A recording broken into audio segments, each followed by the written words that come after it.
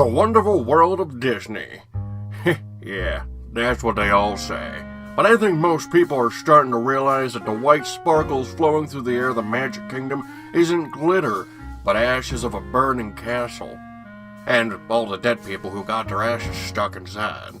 I'm Cartoon Asylum, prison for the loony, and a correction facility for all kinds of maroons. And welcome to the first Channel 103, a variety show that aims to bring back the spirit of the golden age of television and combining it with the content you'd see on the internet, whatever that is. Reviews, cartoons, top lists, skits, video essays, analog horror, and much more can be seen within this show, bringing back your nostalgia with a new approach and new faces, especially those sweet honeys I've been seeing a lot lately. Each episode has a theme, and the theme today is official Disney horrors. That's right, today we're talking about the horrors produced and performed by the Walt Disney Corporation. From their unusually spooky games to their corrupt business decisions. And remember, we said official, so no suicidal mice today. Not only is this the first Channel 103, but it's also the first Halloween special. So what better review to start with than Nightmare Before Christmas, Oogie's Revenge.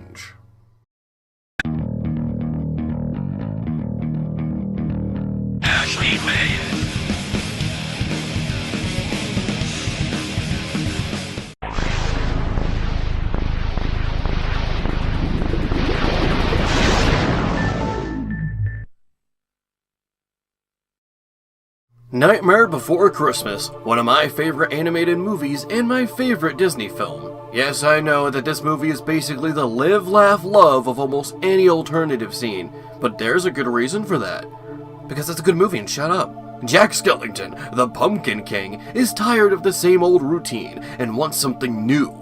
He discovers a new land called Christmas Town and wants to take the holiday as his own.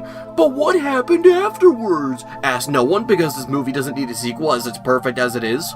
Well, there are comic books and video games that attempt to expand on the story. This brings us to Nightmare Before Christmas, Oogie's Revenge. Tim Burton's The Nightmare Before Christmas, Oogie's Revenge. Because apparently he didn't learn anything the first time, Jack is still trying to find a way to spice up his Halloween. Dr. Finkelstein gives him this long, green, sticky device called the Soul Robber, as Jack ventures out to find inspiration. When he returns, he finds that the town has been taken over by Oogie Boogie, who was brought back by Lock, Shock, and Barrel. Oogie aims to kidnap all of the holiday rulers and become the 7 Holidays King.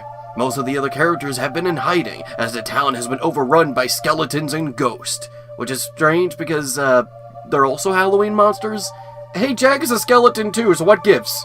Well, Lock, Shock, and Barrel want Oogie to rule so they don't have to be scolded for their pranks. This brings us back to the movie. Why was Oogie shunned by Halloween Town? In the film, Jack calls him that no-show Oogie, implying that he let the town down when they needed him. But the real reason is that Halloween is about friendly scares. There's a difference between fun scares and hurting people. And that's what Halloween Town is all about.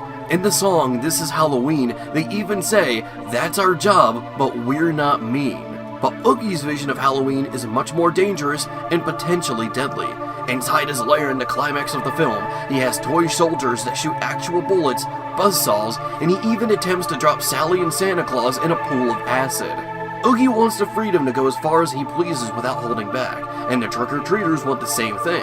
It's possible that these skeletons and ghosts also desire that freedom as well, but wouldn't it make much more sense for the enemies to be themed after bugs, as that's what Oogie's sack is full of? They do this in the GBA game, but not here.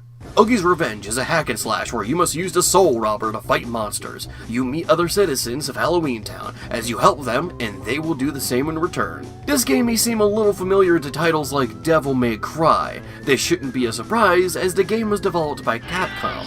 In fact, there are many similarities between Oogie's Revenge and the first 3 Devil May Cry games. Both games go by chapters, you travel through a massive location that you'll occasionally have to backtrack through, combo meters, rankings at the end of each level, similar room transitions, fixed camera angles, a rooftop battle, a fight between 2 similar enemies themed around fire and ice, and one of the earliest bosses is a giant flaming spider, and that's not even everything.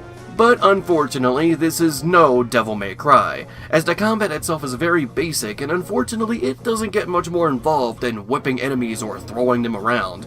Throughout the game, you get only 2 other abilities through Jack's pumpkin fire and his Santa outfit.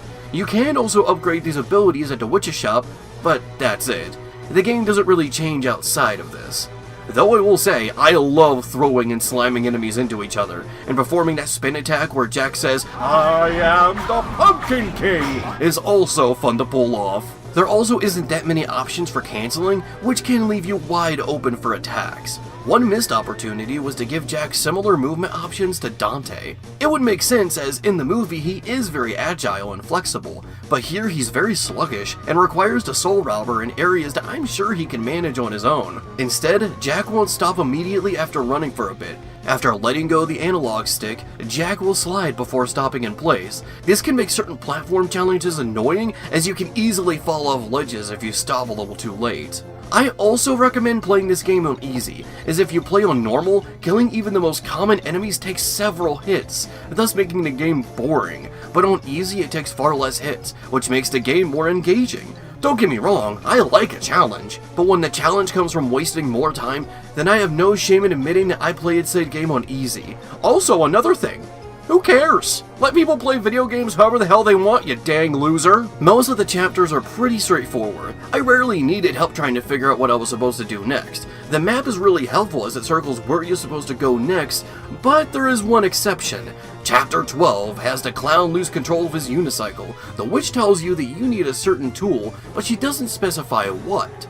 This is meant to be a hint that you're supposed to go to Dr. Finkelstein, but with a vague term like tool, I thought it meant use something in your own tool set. And this is right after getting the Santa suit, so I thought I had to use that. So after trying to stop the clown on my own for 10 minutes, I finally went to the doctor. Then there's an optional secret mission where you must find Igor's missing bone biscuit that he says is by the manhole, so I go to the manhole and fight the skeletons, and it's those annoying ones that throw stuff at you, and having little to no movement options. Of course that was a hassle, but I finally beat them, and I got a trophy, but no biscuit. So, fuck you, Igor. I'll just take the tool because people are fucking dying. But despite all of this, I'd say the game is still pretty good. It could have been much better, sure, but it's far from a bad game. It would be much worse, but this is one of those games that gets saved by its presentation.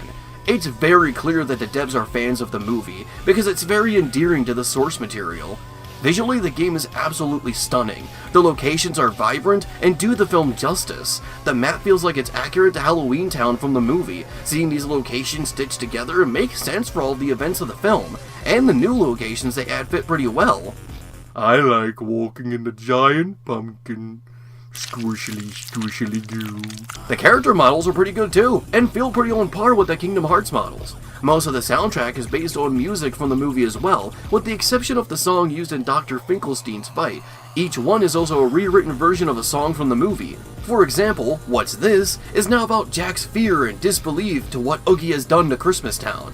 Kidnap the Santa Claus has a Lock, Shock, and Barrel sing about their desires for Oogie to rule. And Making Christmas is about the citizens taking back Halloween Town. It's incredibly charming even though some of it may get old, especially This Is Halloween. They could have added some more non-lyrical music to feature some more variety, but what we have is still good. That alone is enough for me to want to play this again in the future.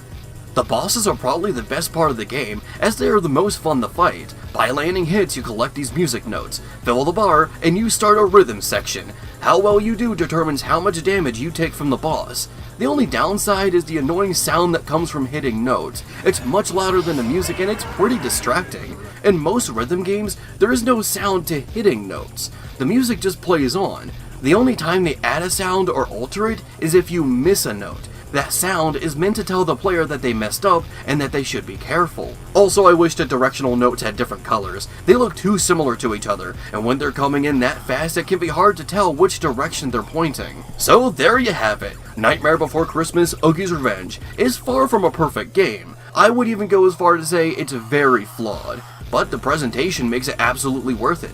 I would recommend first-timers to play this game on easy though. Not because the other difficulties are too hard, but because playing on easy is a lot more fun in my opinion. If it wasn't for all the love the devs clearly had for the source material, I would say that this game is just okay. I wouldn't hold it against anyone for saying that either, but to me the presentation is more than enough to call it a good game, though still not a great one. I would absolutely play this again one day, but I'd still probably play on easy though.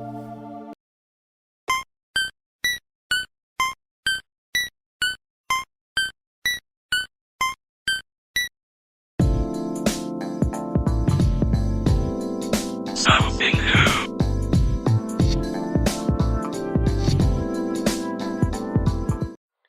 Sigh. I really wish I could start the day, but I'm just tired of all the flesh on my body. Sounds like someone needs a download of Crunchy Cores. Wow! Cruncho! Robot of the future year 2005! Crunchy Cores is a good source of iron, more iron, and lots of iron, with a serving of fiber to relieve yourself of your former inferior organic insides, to help start your horrible transformation into a superior automaton. Wow! Thanks, Cruncho! No problem, little Jimmy. Or should I say, mining unit 12781031987 version 0255647689. Mining unit? I thought I was gonna shoot laser beams. You assumed after taking on this update that we would view you as equals despite your first versions being disgusting flesh pigs. Now get in the bloody box! Crunchy Cores, they're good for your cores. Here he comes, greatest toy you've ever seen, and his name is Mr. Machine. He is real, and for you he is ideal, and his name is Mr. Machine. His outside is clear. You can see every gear, the brightest, biggest gears ever seen. Mr. Machine! He talks. No, he squawks as he walks. Along the ground and round and round and round. Flashback.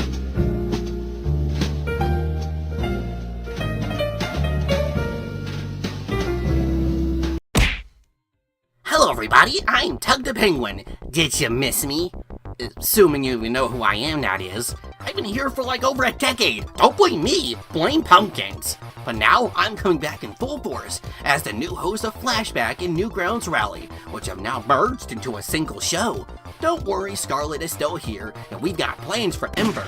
But today, we're going to be talking about Gravity Falls, created by Alex Hirsch. Why specifically this show and not something like Gargoyles? Because we love how Alex is willing to call out Disney's performative nature. Remember folks, Disney and many other corporations do not care about representation of marginalized groups, as they see it as nothing more than PR and a trend. And we should normalize calling out performative tactics from corpos, celebs, and influencers, because we allow that to go through just because it's not openly harmful. It justifies them into using marginalized groups as marketing ploys. Support genuine representation, and not claiming you have your first gay character in a movie only for them to play such a minimal role in the project, as they're removed in Chinese and Russian releases, and to do that all over again for brownie points. We love you, Alex. But let's get back into the game.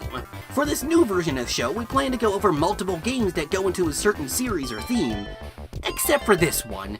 Not only did Gravity Falls come during a point in time where Flash games weren't as popular, but the few we could find just don't work. We use Flashpoint to play these games, but it's worth noting that not everything is guaranteed to work well. One game we tried was Lil Gideon Shrinks Back. After waiting like 5 minutes for it to load, we go to the title screen, intro, and level select. But after that, this happens. Whoa, calm down there. Looks like somebody's happy to see me. Despite the excited loading bar, the game decided not to load after this, as we're waiting for a whole 10 minutes until we gave up. That's farther than most of the other games that wouldn't load at all, but there was one we got working, Rumble's Revenge. Rumble McSkirmish has trapped Dipper and Mabel inside the arcade, and they must fight through a pixelated version of Gravity Falls to escape. Immediately you'll notice that for a Flash game based on a cartoon, this game looks and sounds great. It actually goes for a pixelated look with chiptune music. This seems standard now, but you gotta remember that during the 2000s, not everyone understood what retro games were like. Some would just go for some techno music that sounds only vaguely like chiptune, or instead of pixel art, they would draw characters in squares, which almost never looks good. A-Sprite is like $20, guys. The 2010s was the era that finally understood what retro games actually looked and acted like. So the game looks good, but how does it play?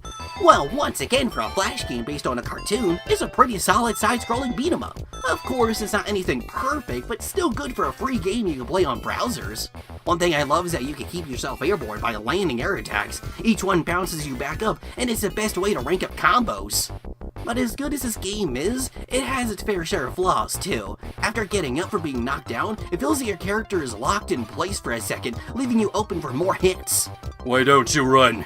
You think you got balls? No, I am just stricken with fear. Ah! And in areas where you should be able to keep moving as long as you're holding a direction down, you're still stuck, so you have to release the button and press it again to start moving. Also, the pickup button is the same as the attack button, so when you're trying to hit an enemy with an item while standing by another item, you just leave yourself open for more hits as you're swapping the same thing over and over. I'm gonna kill you! I just gotta decide how. Both are very good options, I just can't decide how! But besides that, the game is pretty good for what it is. I wonder why not many people talk about it. Well, when most people talk about old Flash games, they mainly focus on the 2000s. Even though Flash games were still being made in the 2010s, most people seem to move on as kids focused more on the App Store for free games than places like DisneyChannel.com. It makes you wonder how many potentially great games based on shows like Adventure Time or Steven Universe just went unnoticed because they came during the 2010s. Well, your creator should have been born sooner. Obviously, that is your fault.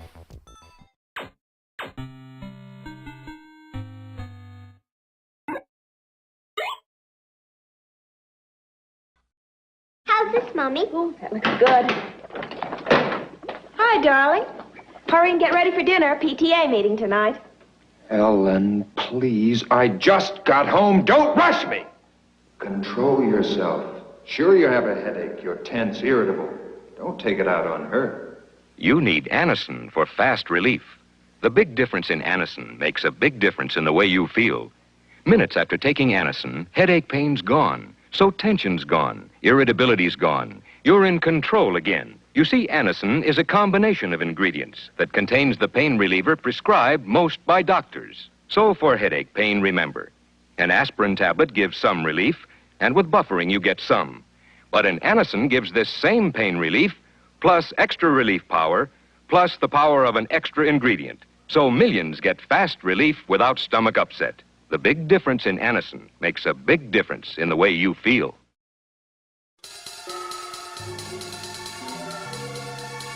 Cat.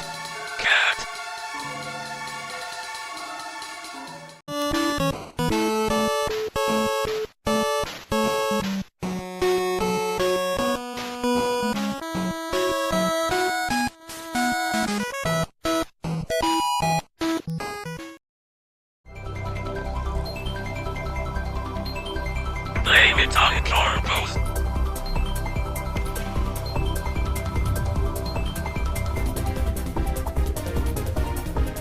There's no such thing as a good corporation. Even if you like what they make or grow up with their work, it doesn't change the fact that they're a corpo. It doesn't matter if one is worse than the other. Being the lesser evil is still evil. You're allowed to put your hard-earned money into whatever you like, but please, at least be mindful and do proper research before doing so. Happy Halloween, everyone, and welcome to my show. Fuck, I forgot to write the name down before recording this, Jesus Christ. I'm Bisexual Boxers, and today we're going to look at just a few of the controversies of the Walt Disney Corporation, a studio with hundreds of beloved characters, also with just as many sins. Disney being evil is common sense at this point. Even the Simpsons know how evil they are, as they later will be bought by Disney. As for Marvel, which has a lot of controversies behind it, I intend to go over those another day. One last thing, in this series we'll be going over 3 major controversies that have come in recent years. There's a lot from the past that's worth talking about, but the newer controversies more affect the company. While we'd love to talk about Disney's history with racism, sexism, and thinking women aren't capable of animating, those have at least changed through time, while these newer problems have not. I'm bisexual, and Cackling Pumpkins has been a proud ally for as long as he can remember. I'm not just saying that like a performative YouTuber would. If you look in the Jetray Archive, a series that compiles our old content dating as far as 2008, you can find evidence of our support with an attempted campaign using the game Super Smash Bros. Brawl that started in 2010. It didn't get much support or really go anywhere, but our support for marginalized groups has never changed. Okay, yeah, my first appearances were a little offensive, even for the time. Don't suck their dick! I already have a bunch of times before. Every night when you fall asleep, 8 hours straight until you wake up.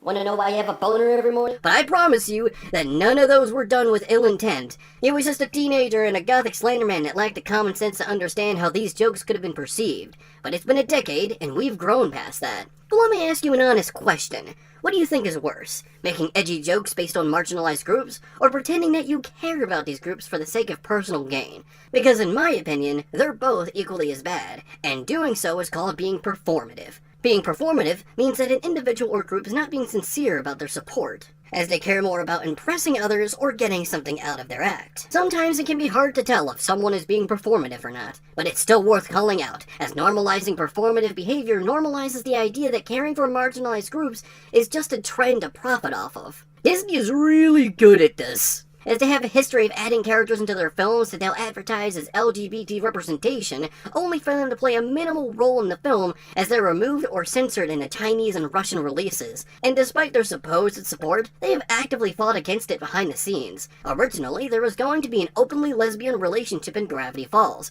but Disney turned it down. It's no wonder the show's creator, Alex Hirsch, called them out on Twitter. And only just 2 years ago, Disney actively has forced Pixar to remove several moments that show same-sex relationships. This is mainly because of Disney's involvement of the Don't Say Gay bill. Despite claiming that they were against it, this was only stated after financially supporting those who were involved in it. And this is why being performative is just as, if not more dangerous than being offensive. Because at least with the people being openly offensive, we know when to tell them to shut up, fuck off, and give them no support. While those who are performative could potentially trick too many into supporting them. Gaylord, you look kinda crazy, move kinda lazy, see what he'll do. Gaylord, when you pull his leash, he'll walkity walk with you. Gaylord the pup is full of tricks. Watch. Back up, Gaylord. Atta boy. Now climb, Gaylord. Up. Up. Now fetch your bowl. Got it. Good boy, Gaylord. Gaylord, you look kinda crazy, move kinda lazy, see what he'll do.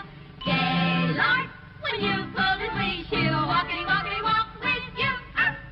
Gaylord comes with a bone of his own. He's a wonderful toy. He's ideal.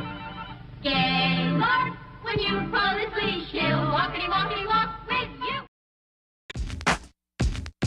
You'll shoot. Screaming skeletons. You'll shoot.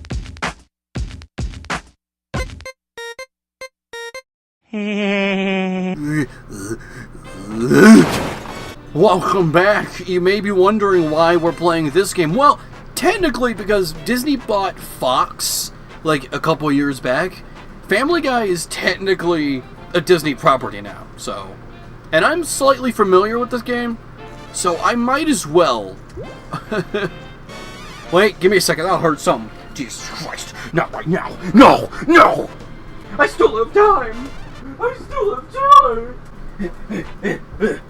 I do, actually. Anyway, there's no Family Guys. Would you like to create one? No, but I do have one in my other memory card. I'm not saving this. This is freaking Family Guy video game. Wow! What sort of hilarious shenanigans and cutaways are we gonna see now? Still out here, huh? Yes! I'm not criticizing. I just don't understand your need to prance around like a scoutmaster on Labor Day weekend. I've had that similar conversation with my mom. She's not very judgy when it comes to me expressing myself, and she's very supportive when it comes to that. But she has also told me, yeah, sometimes I don't understand why you dress the way they do it. It sometimes feels like you dress like you're going out to a party. I'm just like, well, I'm sorry. I'm glad you support me. I see you stopped touching your long enough to learn how to play this thing. Well, let's get on with it. Oh my god, he made a joke. He made it fun. Too high for you? Try hitting the jump button again. I just did, funny baby man. I just did. I hit it the second time. My boyfriend, Prince William, got me this beautiful watch. Oh God, this is so... I must find enough power-ups to charge my ray gun. I was about to blast her freaking brains out. Open this thing. Give me this. Give me your belongings, Chris Griffin, while you're distracted by your trauma. See, your trauma is hilarious to literally everyone else. It's until they made the funny monkey talk. And the one cutaway gag where I came home to my wife fucking another man, we decided to make that canon for some reason. Mr. Barber. Perhaps I shall use this mind control ray to force Lois to do it. Okay. I shall mind control my mother to do my damn bidding. Honey, I'm doing the dishes. What's in here? Closet. Okay. You're somewhere in the canon, a Family Guy. Peter. Peter. Peter. The horse is here. Alright, now to myrtleize a bunch of innocent children. With the lock-on feature. It's there for a reason. See, you guys don't need to survive. Excuse me. You guys are non-consequential. That's not what I meant by a... Peter! How could you afford this? Hey, don't forget to put in these hooks. Why? Because some infant gave me $100. Ah, it's one of those cutaways like you see on television. Ah. However, this is a video game, so they are interactive. Succeed, and I'll get more power-ups for my ray gun. Okay, let's... I did it. I got the man up there. Yes. Yes. Okay, well, how do I get up there actually again? I forgot. Let me... Can I go up there? Please. Oh, there we go. I just have to move for it to tell me what to do. Anyway. Is that what they call it these days? Could you imagine if you're at a funeral, your loved one's in a casket, dead, and they just describe the situation as, "Oh, George Jamerson, he died of a great boo-boo." I feel like I'd punch the guy who said... I feel like either I'd laugh in shock and then proceed to punch the guy in the face like, "That is my sister in that coffin, and you just described their death as a boo-boo." Okay, some kind of squirrel or Meg, stop interrupting my program. Yes, Chris, our Peter Griffin is dead. It's a very specific situation, but very hilarious, obviously. Yeah, it's weird. Peter's often seen as the main face of Family Guy. Hey, let's kill Death. You should name it after me. Let's kill Death. Ooh, Death is here. I better get to the fat man before he does. Wait, no. You can technically hit Death, I think, in like Peter's levels, but it instantly kills you. We have a cold brown, baby with a ray gun. Help! All right, you medical maggots. This is the big one. Time to earn our pay. They're able to do this because, you know what, they're in a hospital anyway. If they get hurt, they already have like a million other dudes to take care of them. Oh God, my elbow bent backwards like a frickin' taco shell. It's okay, I'm right by Brian on the 3rd floor. Anyway. Yeah, I don't like this visual. Wouldn't let me go through the door. I don't know why it wouldn't let me through the door. I was getting my ass fucking beat. Now, what was I fucking saying? Oh, yeah. Here's the thing. When it comes down to it, and this is not me bragging, by the way. This is me legitimately just kind of saying that I'm very desensitized of things I probably shouldn't be online, right? Oh, I just... I'm gonna say this now. This is not me bragging. I am someone who is kind of desensitized of a lot of stuff on the internet. That's probably not a good thing. Sometimes I see certain videos that still kind of irk me. One thing that always gets me is joints bending in ways that they're not supposed to. That's something that will always get me, and I don't know what, like, well, I know why. It's seeing a fucking limb bend backwards. The only one time I'm not bothered by that is, well, of course in a fictional sense, but if you see like an actual video of it, yeah, it's fucking, that irks me. This is also gonna make me sound like a freaking edgelord. I'm, like, here's the thing, I hate bodily fluids, but blood doesn't bother me very much. I don't know why. I guess it's because I know that, like, all the other body types are, like, a waste in some form, like, piss, shit, vomit, and all that. But for some reason, like, here's the thing. Piss, shit, vomit, cum, saliva, all bug the shit out of me. But blood doesn't for some reason. And yeah, that's gonna sound like me being, like, trying to be an edgelord, but I don't know why. That's legitimately how it is. I don't know why. I couldn't tell you why. Anyway, those guys are dead.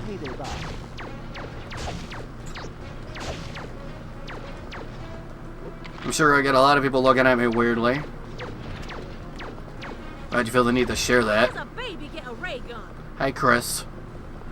Hey, Chris. Hey, Chris. Hey, Chris. Hey, Chris. Hey, Chris. Hey, Chris. Blast it all! In this model, the aperture is all the way at the top. Cursed Koreans and their slipshod ergonomics. What kind of platformer are we have without platforms? Security, there is a man in a red and yellow. Now this is what I'm talking about. Me on the big screen. Oh yeah. I appreciate the fact that you're excited, but you just interrupted that nice lady, and I don't appreciate that. Ow! I fell like a whole 10 feet. Oh no, I'm gonna fall like a whole 2 additional feet. Jesus. Anyway, Lois. Lois! I'm falling, Lois! Well, that was nice. Actually, that was completely intentional. Here to show you that there's a bit of skill to the grappling hook. It's not just a button press. There's timing and placement that takes into account. And if you don't, you fall. That wasn't me just pressing too early or the thing not working. Anyway, give me these. Let me live. Oh, I gotta kill all the guys? This seems a little redundant. It seems a little excessive to murder a bunch of men. They're just doing their job. Anyway, look, funny baby joke. Babies, babies, babies, babies. You'll see well, this one right here. Whoa, look at that funny joke. Whoa! I keep trying to move the camera. There is no camera to... Well, actually, wait, there is actually. Hang on. There is a camera I can kind of move. Just not really much. I can move, like, the camera up and down. Look, that's weird. I can move the camera forward and back slightly, but I can't move it left or right. Wait, hang on. I can move it left or right while he's moving? That is bizarre. Wait, I can move... So, wait, why was it not moving left or right the other times? It's able to do that... What the hell? This game is very bizarre. I wish I went into more detail of it with my review I made, like... Why am I bothering? Like, what was it, like a year ago with Simpsons Week? Perhaps I should find a way to use the preggers. Perhaps maybe if I make too many babies as a baby. You see, infants, they actually have the ability to force women to produce multiple children at once. Do not let your toddler near other pregnant women. It's actually very horrible. Hi, Bonnie. I understand the joke, but the joke doesn't really work now because you do have a child. Congratulations, by the way. How long ago was that? For explosives, and my boyfriend works in the armory, so... I forgot about that. Why? Oh, okay, that was good. You got me. You got me there. Okay, these guys don't even fucking vaporize anymore. Oh, because you're here. You can bring them back. Not anymore. I'm sorry. I'm a sucker for edgy jokes.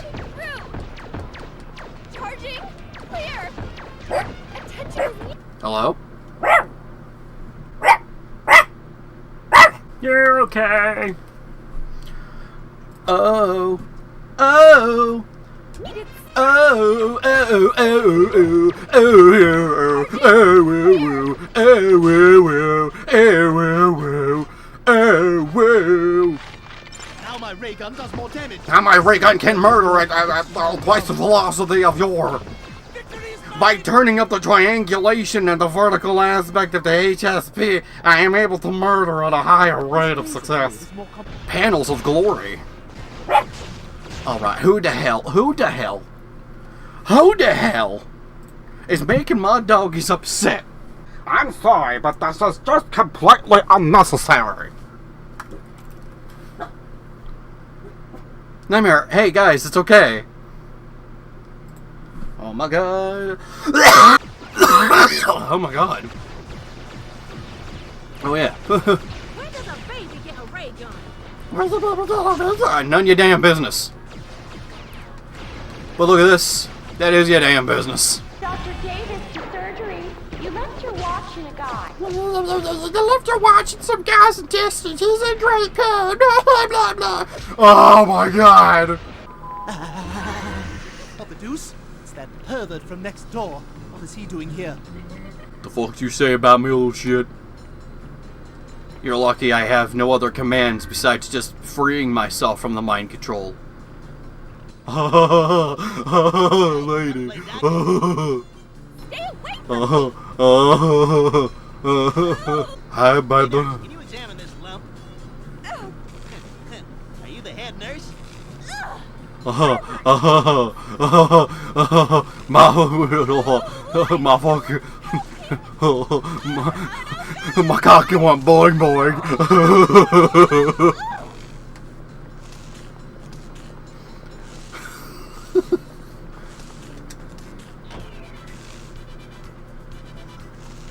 Ah yes, disco. Give me this thing.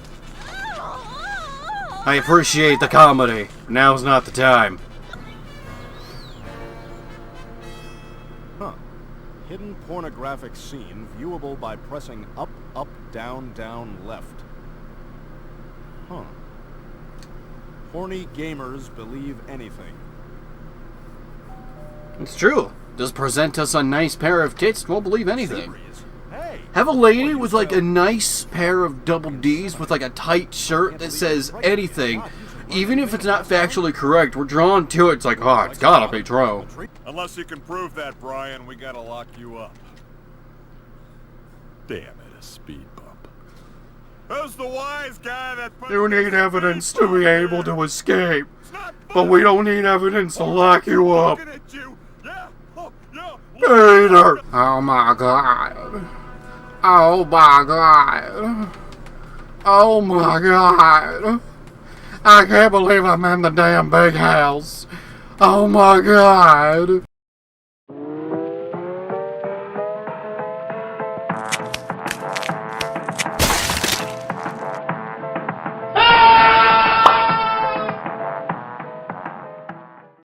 Welcome back, loons and tunes. I hope you're all having a gay old time, because we're just getting started. What's that? You want to know what it's like inside of me? Oh, maybe one day. But for now, how about I take you to a place that's only a fraction of what my cells are like, but more than what the mouse would usually allow. Here's the Haunted Mansion video game review.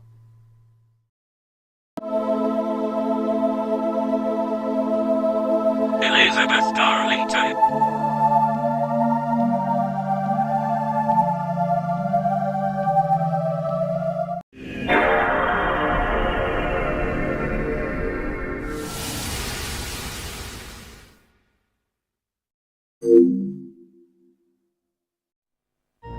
The Haunted Mansion is one of Disney's most iconic amusement park attractions, being first opened in 1969, and can be located in not only Disneyland, but also Magic Kingdom and Disney Tokyo. The ride takes you on a tour through the mansion as you encounter its ghostly inhabitants. Since then, there have been 2 movies based on the attraction. 2003's The Haunted Mansion, starring Eddie Murphy, who plays as a realtor agent who cares more about his business than his family, and once they get locked inside the building, he must save his wife and kids from certain doom, and himself from being cucked by a ghost. Then there's 2023's Haunted Mansion, but let's not talk about that, because it's this gross thing called modern. Ugh, disgusting! Come back where you're at least considered nostalgic by the internet standards. Okay, you can come back now.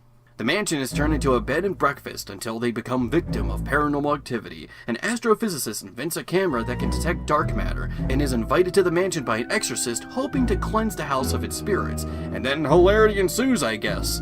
I don't know, I didn't see it. And that's because we're not talking about the movies, but instead the video game released in 2003 on the PlayStation 2, GameCube, and Xbox. I'm sorry if you find this confusing, Zeke, but I'm afraid we have little time and much to do. Despite releasing the same year as the Eddie Murphy film, the game has nothing to do with that movie and instead has its own story, but it has a ticket pass inside the box. Wow, this is worthless to me now. You play as an aspiring author named Zeke, who gets invited into the mansion with an offer of becoming its caretaker. He takes the job, hoping to make enough money to follow his dream, but it turns out the job is much more than he bargained for, as now he must venture with Leota, the spirit in the crystal ball, and that's in almost every interpretation of the ride, as they fight off evil spirits, collect death certificates of the home's inhabitants, in return for what I can only describe as the Chaos Emeralds, and save the 999 souls trapped in the mansion by Atticus Thorne, who intends to use them to take over the afterlife. It's like if the existence of the afterlife was proven, and Reddit atheists wanted to destroy it so they could become even more insufferable on the internet. You must turn on the lights in each room to be able to find and capture the trapped souls. But to get to each light switch, you must complete a certain challenge while defending yourself against the evil spirits inside the home. The combat is pretty basic. You have a projectile that shoots from your lantern, a lock-on function, and the ability to strafe to avoid enemy attacks. While the combat itself is pretty basic, you are expected to change your approach for different enemy types, and as you deliver death certificates and gain these jewels, you also gain new shots you can access by charging your attack and upgrades to each shot type. That reminds me, I made a dumb while playing this for the first time. Due to the charging system, you can't just hold the button down to fire. You have to press it rapidly or else no other shots come out. I sure felt like an idiot almost dying in the first room because of this. Listen, I may have a brain, but that doesn't mean I know how to use it. Also, I'm pretty sure there's holes in it or something. I didn't have enough credits to graduate. There's a decent amount of depth in the combat despite only having one attack. While every enemy can be beaten by the default shot, it's better to face each one with a different approach. See, this is how you spice up a simple gameplay style. Challenge the player to get them to experiment with the tools they have. In too many games, they try to spice things up by completely changing the gameplay into a less refined version of a different genre, like shooters, rhythm games, and stealth segments. But then you look at a game like Smash Brothers. Sure, most of the time you're fighting other characters, but then you have stuff like Target Smash, Home Run Contests, Subspace Emissary, and boss battles. Modes that change the game up not by altering the gameplay to such an extreme, but by simply challenging the expected approach. This game does that with just its enemies and puzzles. The different types of enemies are a mixed bag when it comes to their designs. Some are the expected Halloween or horror tropes like giant spiders, ghosts, and skeletons. Boom! But sometimes there comes an enemy that makes you forget that Disney's name is on this. Like these screaming banshees that use the exact same stock scream as these flying enemies in American McGee's Alice. Such a strange connection. Or this Grim Reaper enemy, whose introduction is a stressful chase sequence, where he's slowly gaining up to you, and when he does become a normal enemy, he becomes one of the deadliest. This is probably the closest thing to an official Disney horror game out there. Strange considering this is also the same generation Nintendo made their first horror game, Eternal Darkness. And they'll probably never do something like this again in the near future. That's why we all know the round things on the Mickey Mouse symbol are his ears, because they have no balls. Also, I'm pretty sure no one has ever made that mistake before, and if you have, there's something dreadfully wrong with you. You are beyond God's help.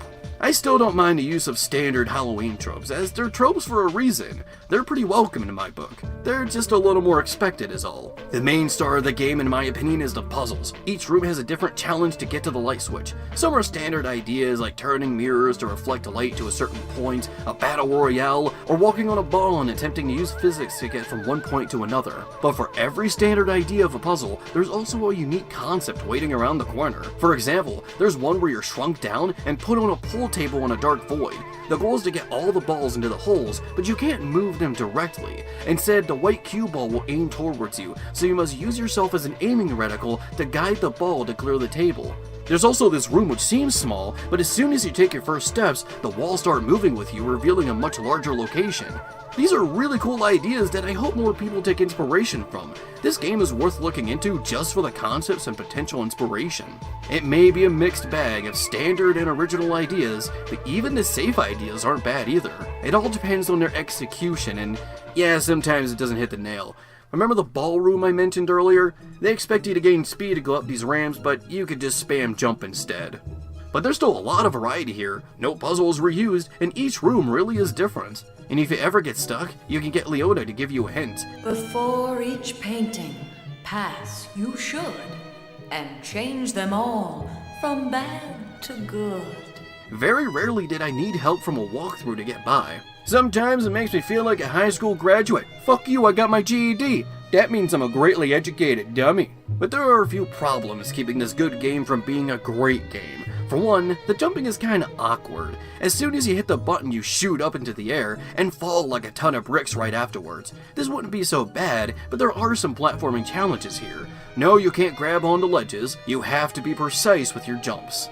Next is the camera, which is a running theme from many games that came during the 2000s. It's understandable as we were still new to the third dimension, but this game has a unique problem. You'll turn the camera and it stays turned, but as soon as you start moving in a different direction, the camera slowly starts to pan in the direction you're moving. You can lock on to enemies, but it only sometimes seems to lock on to what you want to. I don't know much about game development, but it seems like the lock-on system is one of those things that seems simple to develop, but is actually really complicated to program, much like going up a ladder. Sometimes it works, but other times, despite an enemy being close by, it'll instead focus on a completely different enemy farther away. It seems that the lock-on system is based on direction rather than proximity. To properly explain what I mean, think of your character's point of view as a straightforward line coming from your center. The enemy that's closer to the center of this line is what the lock-on prioritizes. That's my only theory as to what could be happening here. Like I said, I'm only just getting into game development, so I could be completely wrong. Another problem are these ghosts, the first enemies you come across. If they're in your general line of sight, then they won't be too hard to deal with. But if they're coming from behind, that's a different story. They're just as fast as you are, so there's no point in running away. You can't turn and shoot without locking on, and in this situation the lock-on rarely works. And guess who's getting a free hit? That would be you. And I don't know what to tell you, man. You're just gonna have to deal with it. Look, I had to deal with a goal looking at my gross insides and squishy bits. You don't see me complaining minus the last paragraph on this script. But hey, let's not change the subject. We're talking about you here, and you should give this game a shot if you find it somewhere. It's pretty good for what it is. It's not perfect, and I would say this is one of those cases where you're going to need to be in the right mindset to approach it. It's the type of game that I can see some beating multiple times, while others might not even complete their first playthrough. This is a very case-by-case scenario type of game. But hey, unlike what the internet tries to tell you on a daily basis, these things are subjective. But in my superior opinion, I would say that the Haunted Mansion is pretty good. Not great, but still enjoyable, and who knows, I might revisit it one day.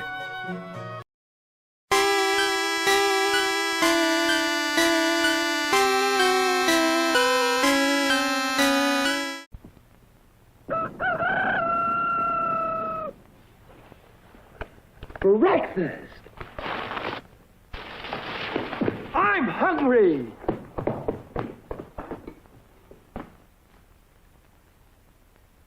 Take it from Carinkles. That's me. The best breakfast under the big top is post-sugar rice Carinkles. So crinkly, so delicious, so different. Each grain of rice in sugar rice Carinkles is carinkled with honey and sugar. It's so good, I crinkle every time I eat it. Yep, no matter what other rice cereal you've ever tried, you'll love post-sugar rice Carinkles best of all. Honey and sugar make it different and wonderful. A circus of fun to eat. So you crinkle on down to the store for post-sugar rice Carinkles, the greatest cereal treat on earth.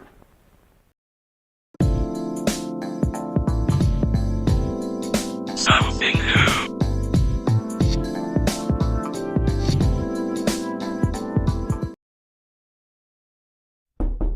Hey, buddy, did you finish your homework today? Yeah, Dad, it's all done. Really? Mind if I check? Buddy, did you draw on the walls again?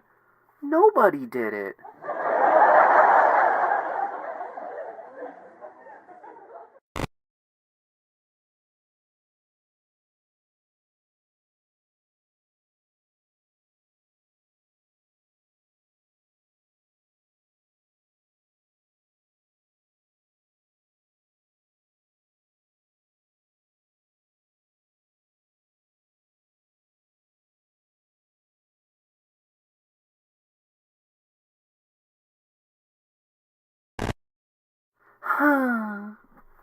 What's wrong, buddy? Mom said she'd back me up during the parent-teacher conference, but as soon as we got there, she did a 180 and took the teacher's side. I'm sorry. Well, they may not be in school anymore. Even adults have lessons to learn. Try talking to her. Let her know how she made you feel. But what if she yells at me? Only bad parents would yell at their children for speaking their mind.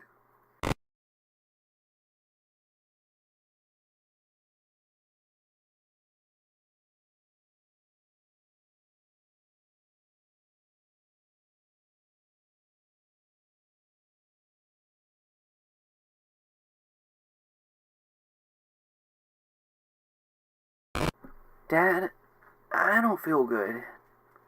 That's tough, sweetie. Do I have to get up so early for the show? It's called a job. We all have to do it. It's just called life. But today we have to film the next episode, go to a meetup, and then a meeting. It's going to take all day. I'm tired. Look, I'm sorry, but the kids love you, and the show is important to everyone. Do you want to disappoint all those people? But I'm not just tired. There's more. I'm going to stop you right there. Do you want to disappoint this family? Do you even care about this family?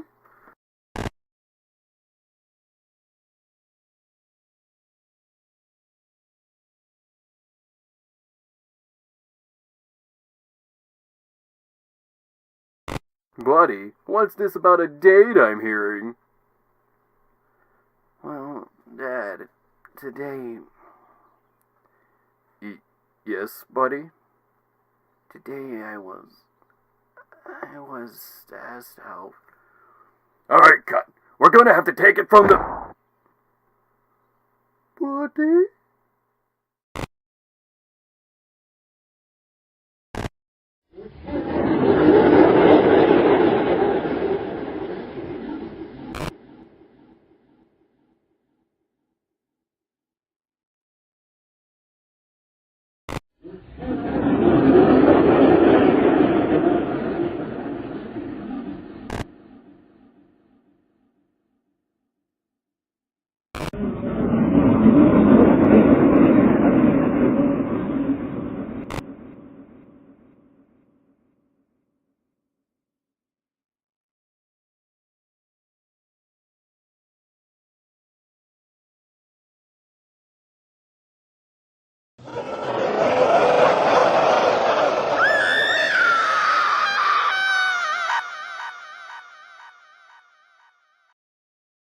Listen to Remco's Baby Laugh a Lot.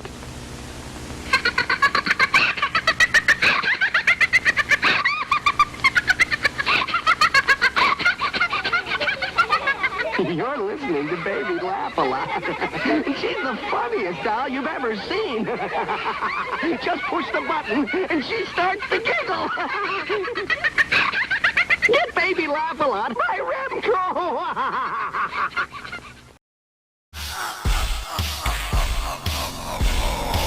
Terror Torture Trials.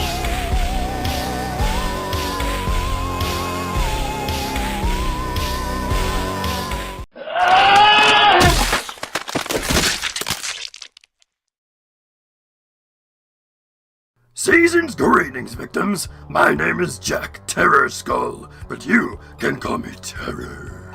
The Skull family has mastered the art of torture. We are connoisseurs of pain and suffering, and most of us are professionals in our field, including me.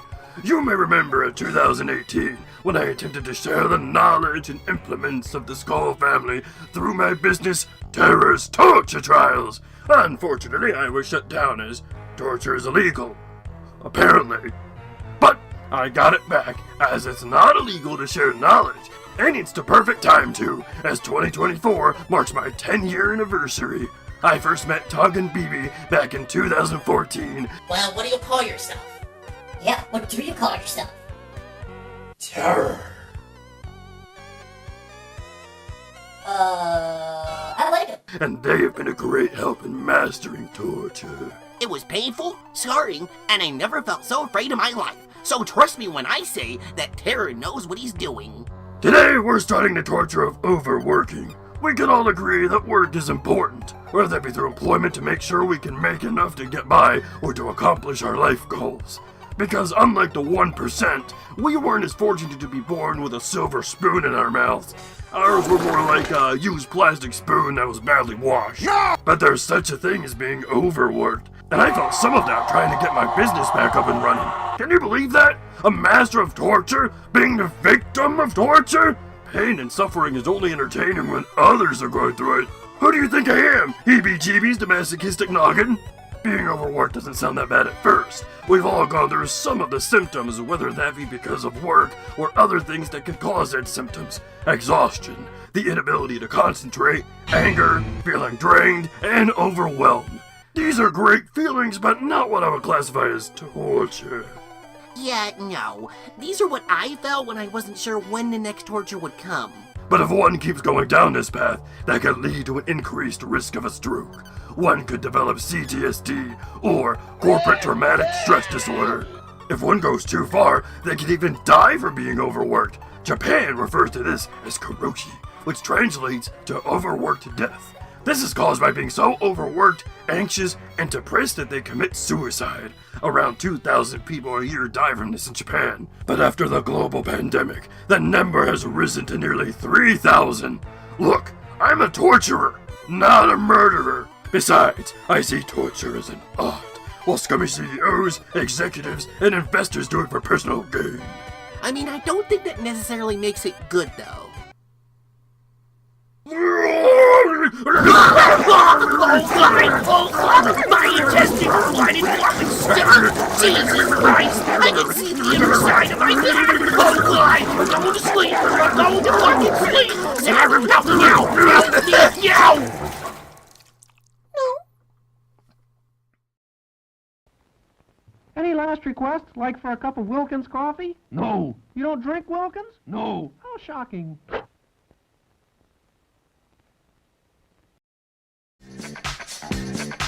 Listen closely, approach me. Sucker try to treat me like greater than toast me impossible. I cut a sucker in small chunks, make more rhymes than Michael Jordan makes slams. I'm slow, prerogative.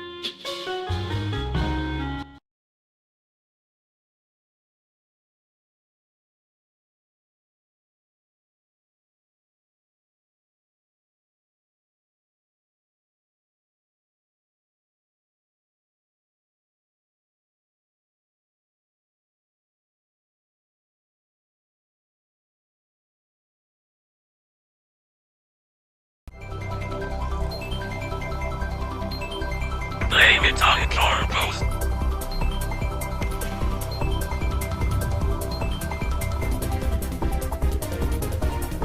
If that's not bad enough for you, what the hell's the matter with you? That's already fucked up.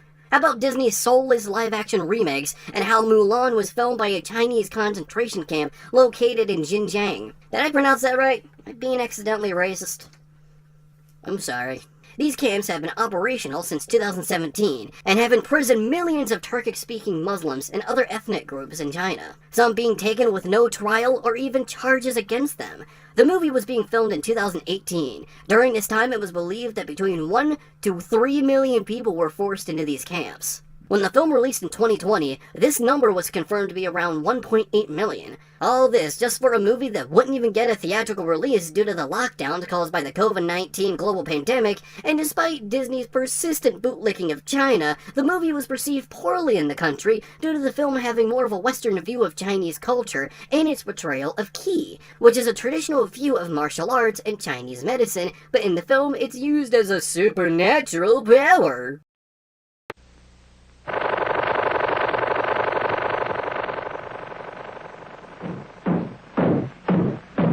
They sure work hard, don't they, Barney? Yeah? I hate to see them work so hard. Yeah, me too. Let's go around back where we can't see them. Gee, we ought to do something, Fred. Okay. How's about taking a nap? I got a better idea. Let's take a Winston break. That's it! Winston is the one filter cigarette that delivers flavor 20 times a pack. Winston's got that filter blend. Yeah, Fred. Filter blend makes the big taste difference, and only Winston has it, up front where it counts. Here, ahead of the pure white filter. Winston packs rich tobaccos specially selected and specially processed for good flavor in filter smoking. Yeah, Barney, Winston tastes good, like a cigarette should. The Flintstones has been brought to you by Winston, America's best-selling, best-tasting filter cigarette. Winston tastes good like a cigarette should.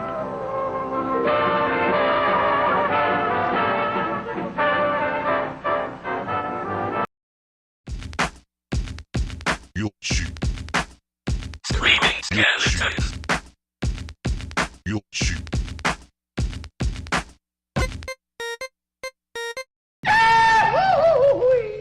Good evening, freaks of nature. I hope you're enjoying this special. This is actually the last thing I'm going to be recording. Everything else is basically done and edited. No, not basically, it really is. I just decided to add this little extra bit for fun.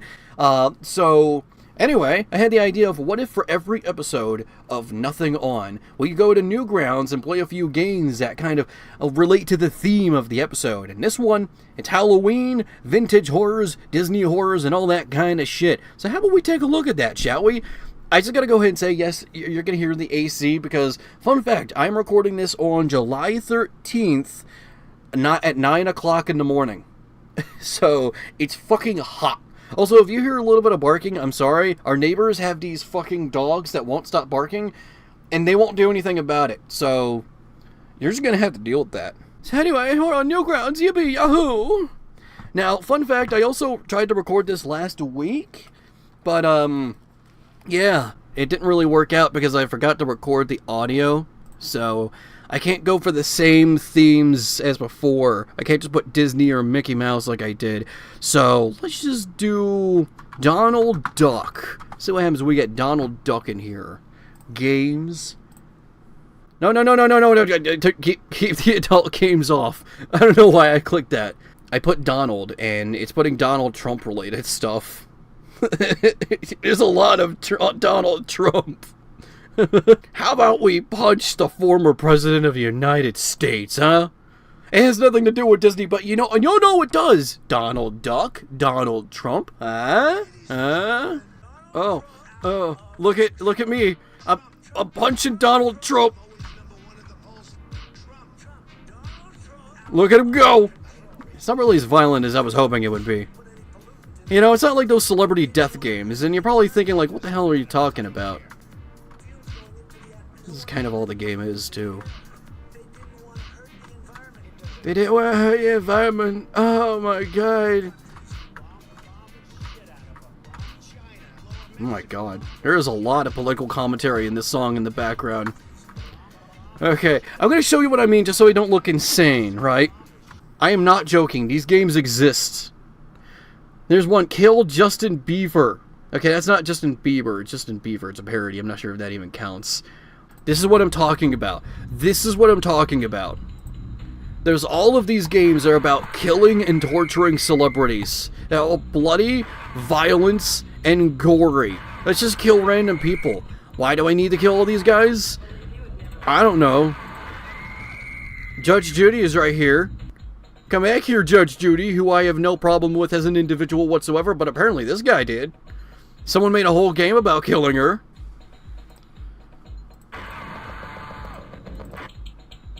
Oh no. I gotta get out of here. Leave me alone. Leave me alone. No! Look at me. I killed Judge Judy. There's probably some deep meaning behind this. Are you okay, kid? No, this was released in... Oh, look at that. Look at that. Yes. My cult has worshipped me once more.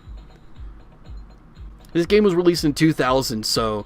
the game I played before, the Donald Trump Punch one, that was released in 2016. So, yeah, let's just look up Disney. Let's see what happens then. Oh my god, Disney. There was a nightmare? Oh my god. There was a nightmare before something and it relates to Disney? Egads. You know what's weird? I sometimes think about this. You know Suicide Mouse to CreepyPasta? Couldn't people just make that as an official thing now? Considering that Mickey Mouse is public domain. And Suicide Mouse relates to, like... that version that is public domain. This is a corner. I probably shouldn't be in here.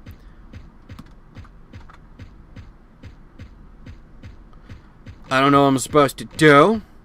I like doors, though. Doors are my friend. Just gonna hide in the corner here. See what happens. I hear something. I hear some sort of wiggly boogly noise. Bye-bye. You're not Mickey! Oh, Jesus Christ! I don't even know if it's actually chasing after me or not. Oh, jeez, it was! He's just really quiet, silent but deadly. Okay, thank you, Oswald. No, I won't do that again. I want other games to play. Run, Horace, run, Horace, horse collar. I always liked giraffes. What the fuck does that mean in context here? I guess we're gonna find out. Hi, my name's Horace. You are not the character I thought you were. This is misinformation. I really did think it was a Horace horse collar game. Why? Oh, that's why Disney came up on here, because in the description it says Disney-esque. Alright.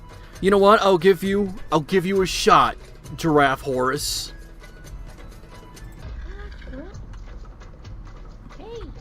Hey!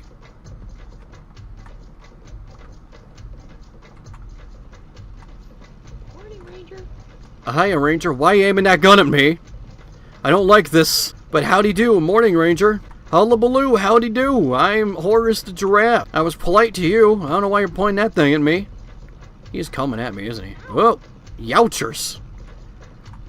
Youchers! Alright, game got faster. Oh, dear.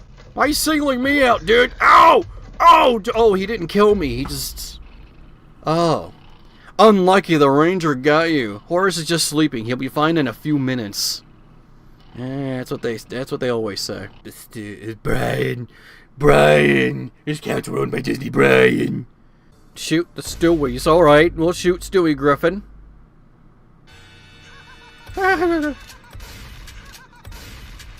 I mean, it's kind of hard to. He kind of goes up faster than I can react.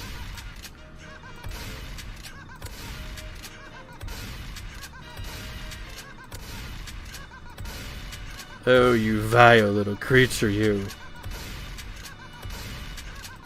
Kind of miss old Flash games like this that were just silly, ridiculous nonsense.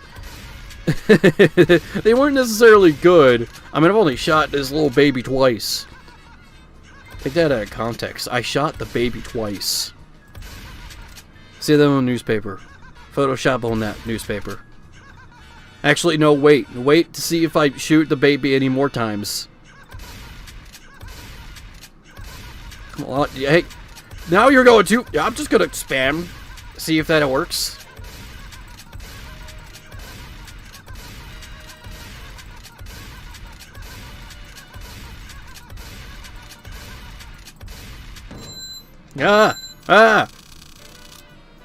I killed 2 babies. 200 babies! That's what you put in your newspaper. Well, I wish I shot Stewie. I just couldn't take it anymore. I didn't want a child to begin with, and you made me have 3.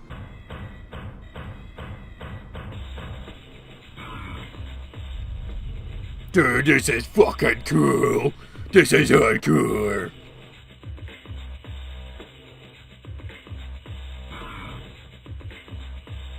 We have all this is what it's like reading scripts, by the way. We have all come to know and hate the familiar icon of the bargain retail world, the Walmart door greeter. Their incessant walk on the Walmart cheer, and their unholy blue smocks and yellow smiling faces must come to a stop. Now! I mean, they're just doing their job, but... I mean... This ain't a Walmart if I've ever seen one. Always the low blow. Always. How am I... What the hell? What the fuck? What the hell? Chaos from Sonic Adventure? Hey, you big drip. What are you doing, you big drip? Big drip. Big drip. Oh, this is happening. Big drip.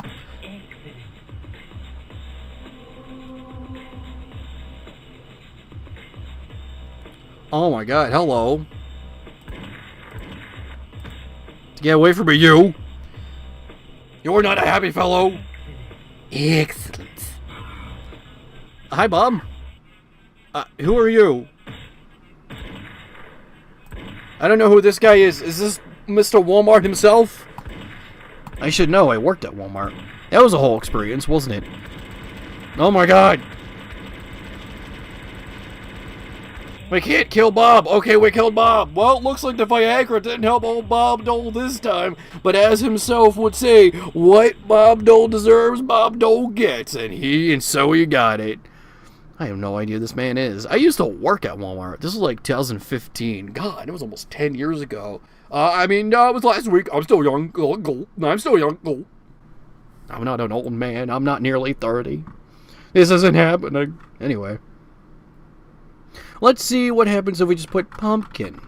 This is going to be the first, so let's celebrate me with Cackling Pumpkins, you know. There's a lot of pumpkin games. Pumpkin Simulator 2003. What is it like to be a pumpkin? What is it like to be a pumpkin? I want to know. What the? Oh, I get to actually draw one. Okay, cool. What should we draw? Oh, this is NewGrounds. I see in the background there's Dad from Dad and Me, so let's draw him. Let's draw Dad from Dad and Me. Yeah. It's hard to draw with a mouse, just so you freaking know. Doody-doo-doo. Dad! That is clearly what I was aiming for. Done! Whoa! Oh, you know what? That's cute. This was made in 2003, and it's cute, alright? You could say, oh, it's a nothing game. I don't care. It's a Flash game made in 2003, and it's cute. Whatever. I gotta stop being so fucking negative. What is this? I Pumpkin. I Pumpkin. I Pumpkin. Features a total of 52 levels and 3 game modes. Oh my god! Oh, sweet baby Jesus! Tommy Lee? Wait, is that the Tommy Lee I'm thinking of? There's a celebrity, wasn't there?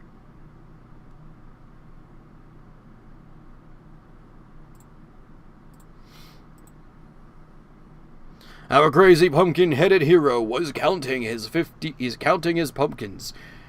Whatever, 500 total he had. He had a lot of pumpkins.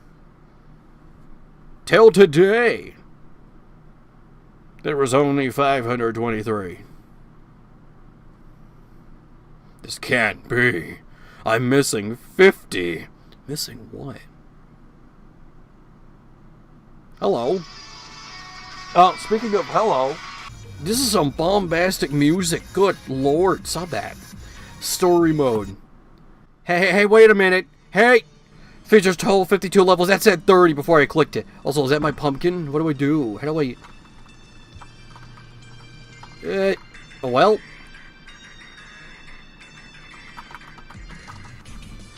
reset. I guess I have to press that.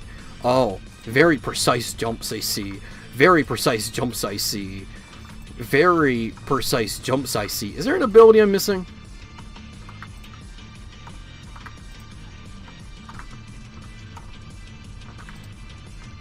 Sir? I would like to make this jump. This is a very precise jump. Good lord. This is like some Mega Man ass shit. Look, man, I want to help you get your stupid pumpkins, but you're gonna need to work with me here. Okay, you know what? Bye-bye. Fuck your pumpkins. Pumpkin!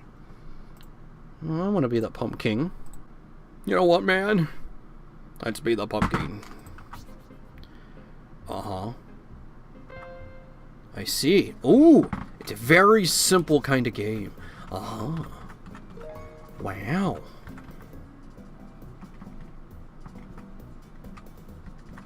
Oh no, get away from me, you slur.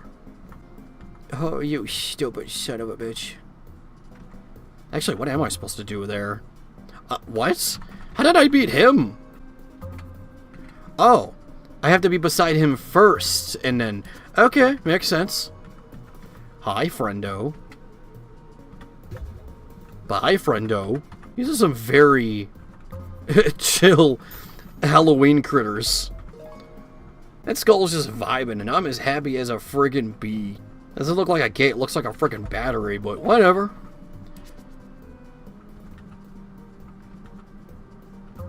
Ha ha ha ha.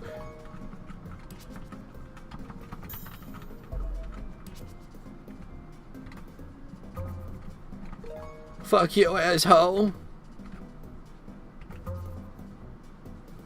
The key of glory. 2 keys of glory. There we go.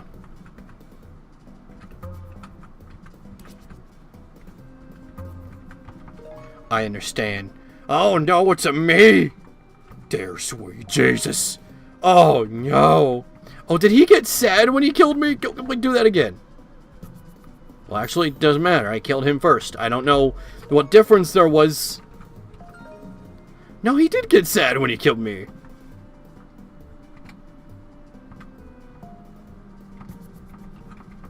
Okay, I gotta hit him twice. Understood. Understood. I am the Pumpkin King, you asshole. Boys and girls of every age, wouldn't you like to see something strange? Come with us and you will see. This is our Halloween. This is Halloween. Everybody make a scream. Pumpkin scream at the dead of night. This is Halloween. Ow! Alright, well, almost done. Might as well finish it. Oh, this might be a little...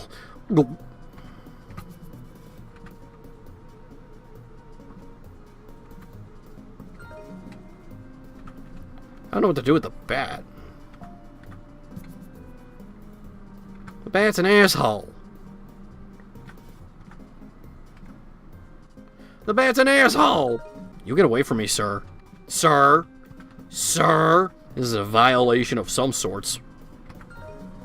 So it really seems like by the time I get him dead, I'm pretty much fucked with this guy. You can't do this. This is freaking rude. Oh. Thank you for not being so rude. Oh, that's just freaking rude. That is freaking rude. You're a dickhead.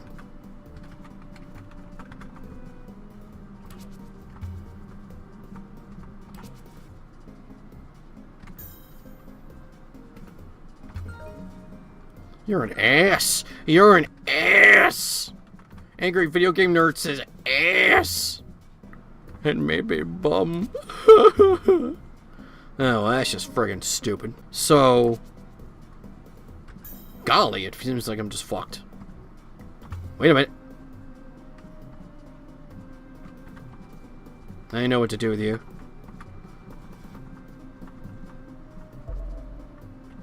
Haha! Get over here, you. Well, freaking rude. Obviously, yeah, I have to do some crazy shenanigans here. Or I could just go, bye. Toodle, sweet chicks. Sisters!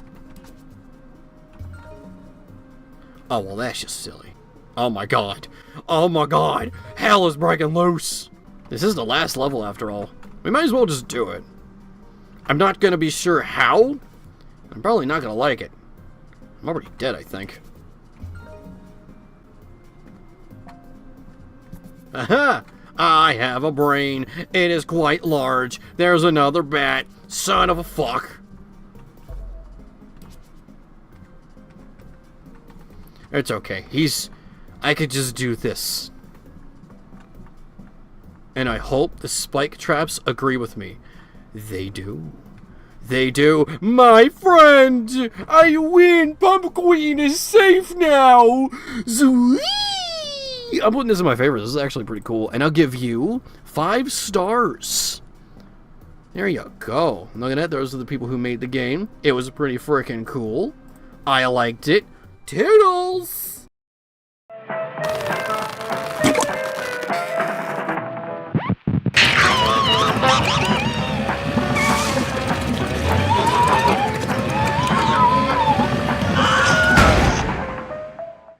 We're at the halfway point now, and golly, it's been a blast today. Now I've got a question for you folks out there. Are you watching the show, or did you put this on as background noise to play one of your video games I've been hearing so much about? If it's the latter, then be careful. Not every game is safe. What's next is not a video game review, but instead something else. So let's leave it to Faith for our first movie review of Stay Alive.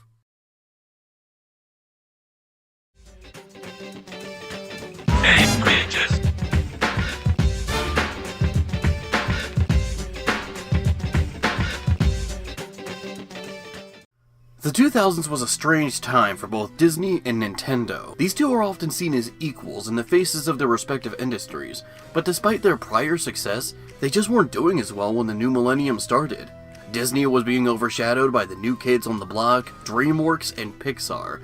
Yes, Pixar is technically a part of Disney, but between the years of 2002 and 2006, the two were going through ownership disputes. And just like them, Nintendo was also being overshadowed, as the GameCube only sold around 20 million units, as the other new kid on the block, Microsoft's Xbox, was overshadowing them, though not by much, and the Sony PlayStation 2, which would become the world's best-selling video game console of all time, still to this day. Both weren't doing well, either financially or critically, as Disney would simply try to follow trends, trying to make their own Shrek or Rugrats the movie. Don't get me wrong, both still had some great stuff come out, but they would still underperform like films such as Treasure Planet or Atlantis for simply not being CGI, or most of the GameCube's lineup, as there's only so many copies you can sell on a platform that already wasn't doing well, and this was also the era where the mentality of colorful equal kitty was starting to sprout, but that's a discussion for another day.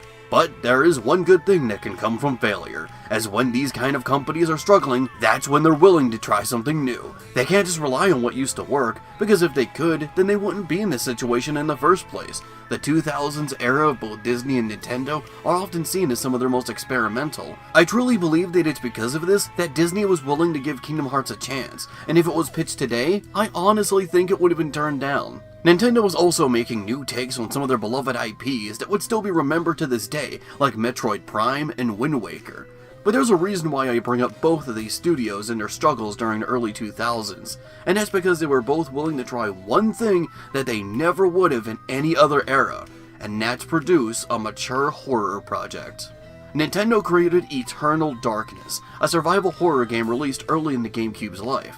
But unfortunately I don't own a copy of that, so I can't talk about it just yet. But I do own a copy of Stay Alive, Disney's only slasher film, which ironically enough is themed around video games.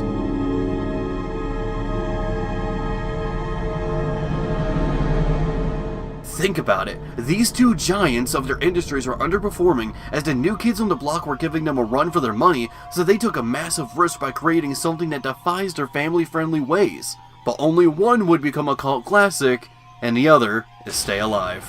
A slasher film about a cursed video game of the same name. If you die in this game, you die in the real world in the exact same manner. A group of young adults get their hands on an early test build after the main character's brother mysteriously dies. Now before we begin, we must clarify. Of course you're not going to see Disney's logo on this film, but it is produced by them. The main studio behind this film is Hollywood Pictures. This studio was founded by Disney in 1989 to increase their output, and also to create more adult films without having their name directly attached to them and thus keeping their family-friendly image safe, similar to Nightmare Before Christmas and Touchstone, and how Cartoon Network would start Adult Swim so it could continue to make shows like Aqua Teen or The Brak Show. This means that The Sixth Sense, one of their films, is technically a Disney movie, but I guess so is Alien and Predator due to the Fox buyout, so it's not really that shocking anymore. But I digress. I gotta say, the DVD menu of this movie is probably one of the best I've seen. You can change the character on screen to one of the three protagonists, change their attire, and the weapon they're holding. But this isn't just for show. Click instructions and you'll be told to figure out the right combination of character, shirt, and weapon. Fail, and this'll happen. Each character has only one correct combination. For example, select Hutch, give him the white and blue shirt, and make him hold the shotgun, and you'll be taken to a secret menu.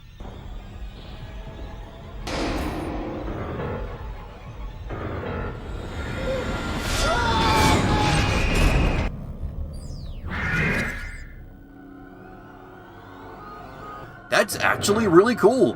That reminds me, I should totally do a video on DVD menus one day. There's a lot worth sharing. One last thing before we begin. Yes, I know it took a while with the history of this film, but this is kind of important. I got this recorded using my PlayStation 2. Because of that, the footage might look a little dark. It's an issue that comes from using a current TV or hookup. DVDs seem to be affected the most, so I'll try to adjust the contrast to make things more visible, so keep this in mind. Now let's finally talk about the film itself. Goddamn, I suck at intros. Our main character is Hutch, whose brother recently died. He inherits some of his belongings, including a strange video game he was beta testing called Stay Alive. Hutch and his friends decide to come together and try the game out. They find it as a survival horror game based on an old legend. Now the first problem of the film starts here. Our cast is fucking stupid. They ain't got no brain. The game doesn't work at first, but then they realize they have to read the prayer to Elizabeth out loud for the game to start. They think that this is some sort of advanced mechanic and voice integration, when none of them in the room are using a mic, so how does that even make sense? It's the logic of those CreepyPasta video game protagonists that see some obvious haunted shenanigans and either think, it's a glitch, or their curiosity got the better of them. You guys are talking to a fucking video game and don't think there's nothing wrong? None of you would survive, pngtuber. Of course, their friend Miller dies in the game, as he would later die that night the exact same way. Only then do they realize that something paranormal is happening. After this, the film just plays it by the books. If you've seen any horror movie, you can probably guess where the plot is going to go, especially when the detective steps in.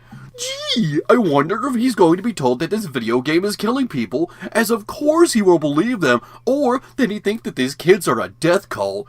Nah, they wouldn't do that. And that's one of the biggest weaknesses of the film. It's very standard for a horror movie of that time. That kind of makes it hard to talk about. You think that being themed around video games, that they would have taken some advantage of the medium. Well, I will say the fictional video game Stay Alive does look like it could have been a fun co-op survival horror game. I wish we could have seen more of the game itself because it does seem fascinating. It makes me wonder why they didn't turn it into a real game. Licensed games were everywhere during this time period. It doesn't matter if you were a cartoon, movie, TV show, sitcom, game show, board game, or even a fast food chain.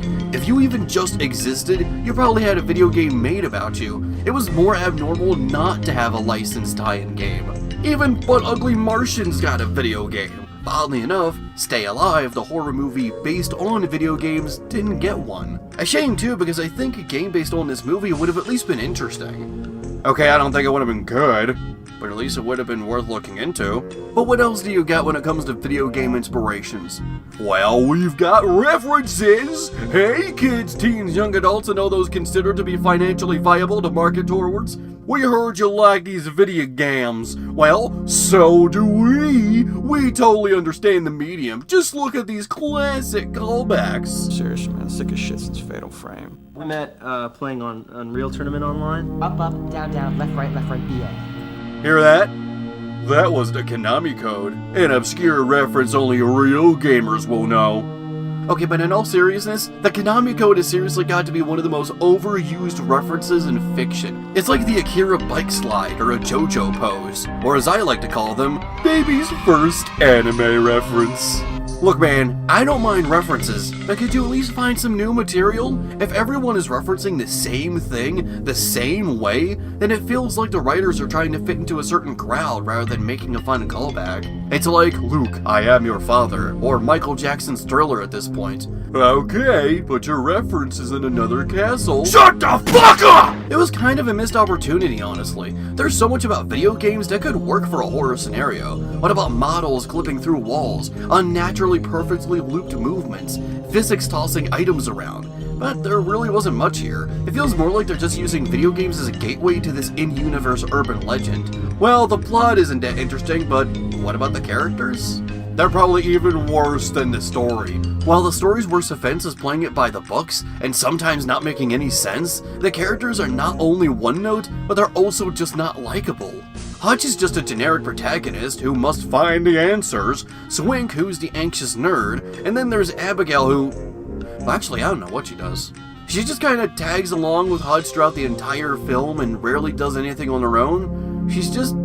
girl character. And yet you're supposed to see her as not only the second main character, but also the love interest. The goth girl October has way more going for her, and yet she gets killed anyway. She's the only character I felt bad for when she died. Not because I thought she was interesting, but because the film makes it seem like she's the second protagonist. Like I said, Abigail rarely does anything impactful in the film. I often forgot she was even a part of the movie at times. Yet, of course, the pretty blonde girl gets all the glory as the alt girl gets the short end of the stick like fucking always, right? Finally, there's October's brother, Finn, the worst character in the film. His entire personality is nothing but sex, weed, and being an asshole.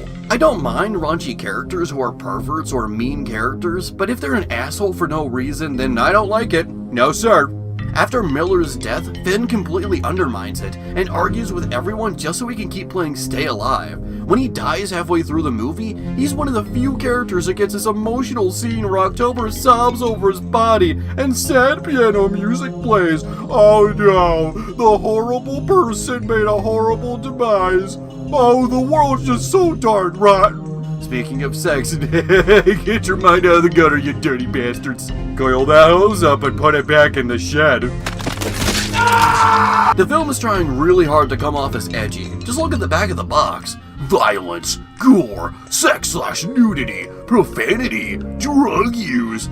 Normally I'd be all for this because I'm an edgelord dickhead who craves violence and draws dummy thick alt women. But here it feels like they're just trying to come off as edgy rather than actually be edgy. Many would argue that there needs to be a reason for a lot of edgy content to justify it, and besides being a horror slasher, there really is no need. But I don't think there needs to be a reason, and as long as it's fun, then be as edgy as you want. Turn that dial up to 11 with guns a-blazing! Except it's not.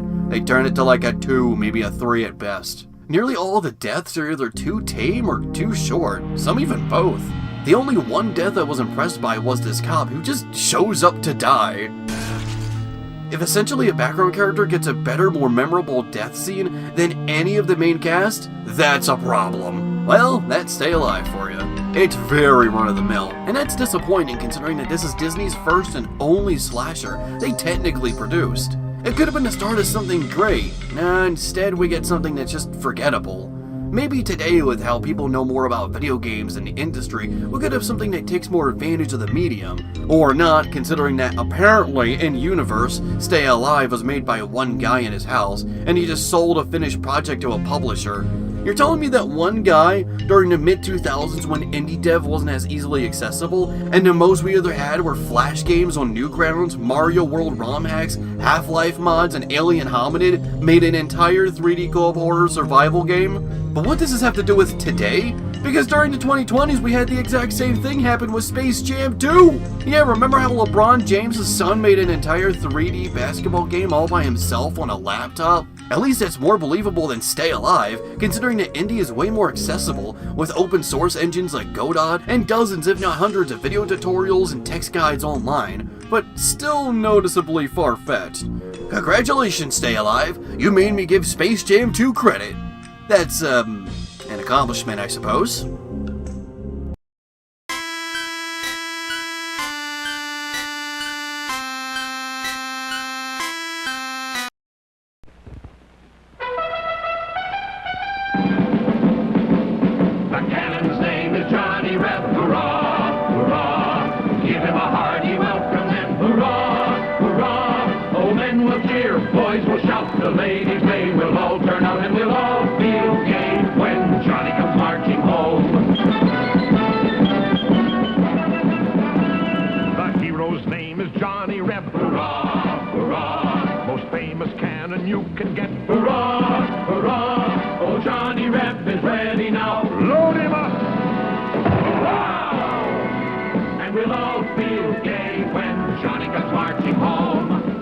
Be sure you get Johnny Reb, Remco's authentic Civil War cannon, $11.98, complete with loader, cannonballs, tow rope, and battle flag. Remember, every boy wants a Remco toy, and so do girls.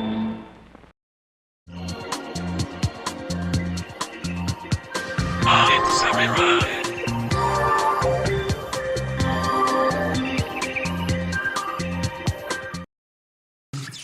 It's a rerun!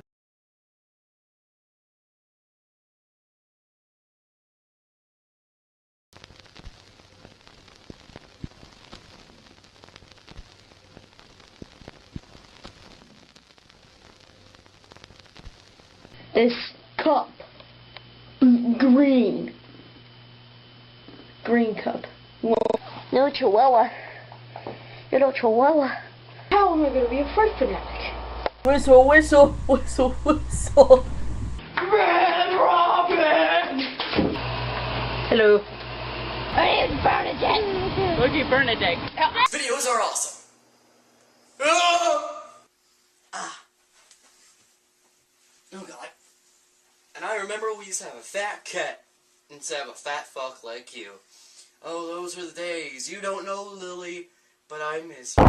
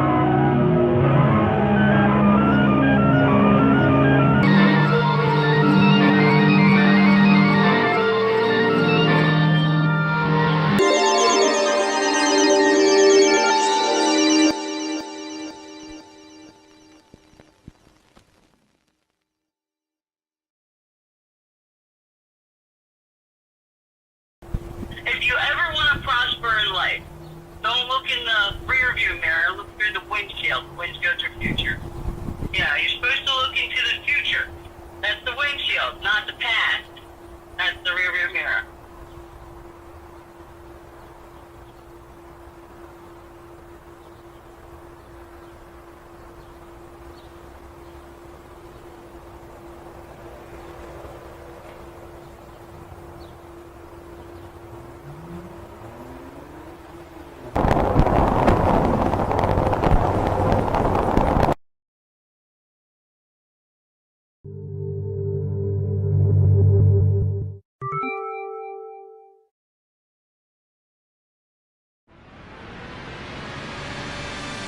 Save As Soshi.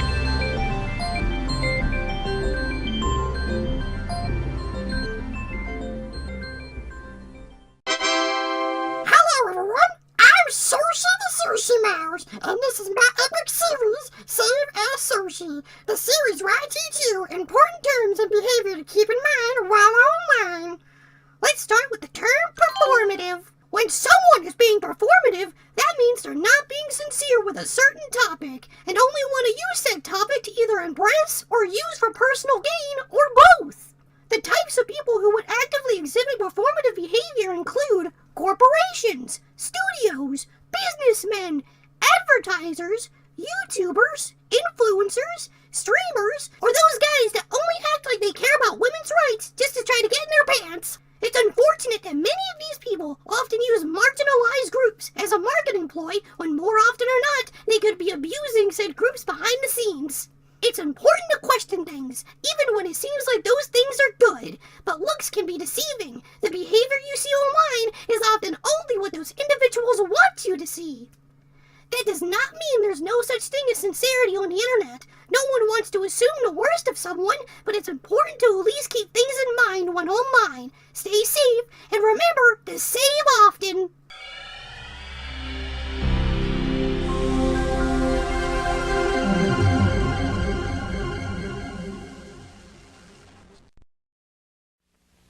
Your Coca-Cola Bottler's Short Show presents... Me, Tony Randall, and a few boats you should have a Coke on when you can get away. First, the powerboat. I never get tired of the taste of Coke. Ah, the sailboat. So refreshing with a Coke. Live on a houseboat and you can choose your neighborhood and your neighbors. Delicious. The sports fishermen can catch lots of things, and they all go better with Coke. This is the drinking man's boat. Instead of blowing your money on compasses, you spend it on something you can taste. Great. This yacht costs $150,000. Coca-Cola optional. As my daddy, the Admiral, always said, life is a rowboat. It runs on a little love and the right fuel. Here's wishing you plenty of both. Things go better with Coca-Cola. Anxious mob torrent.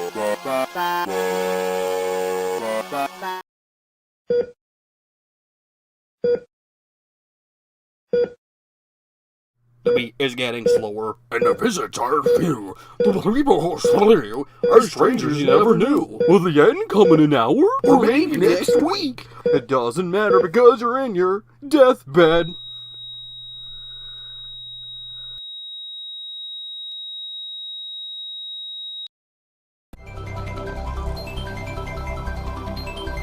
Blame it on Corpos.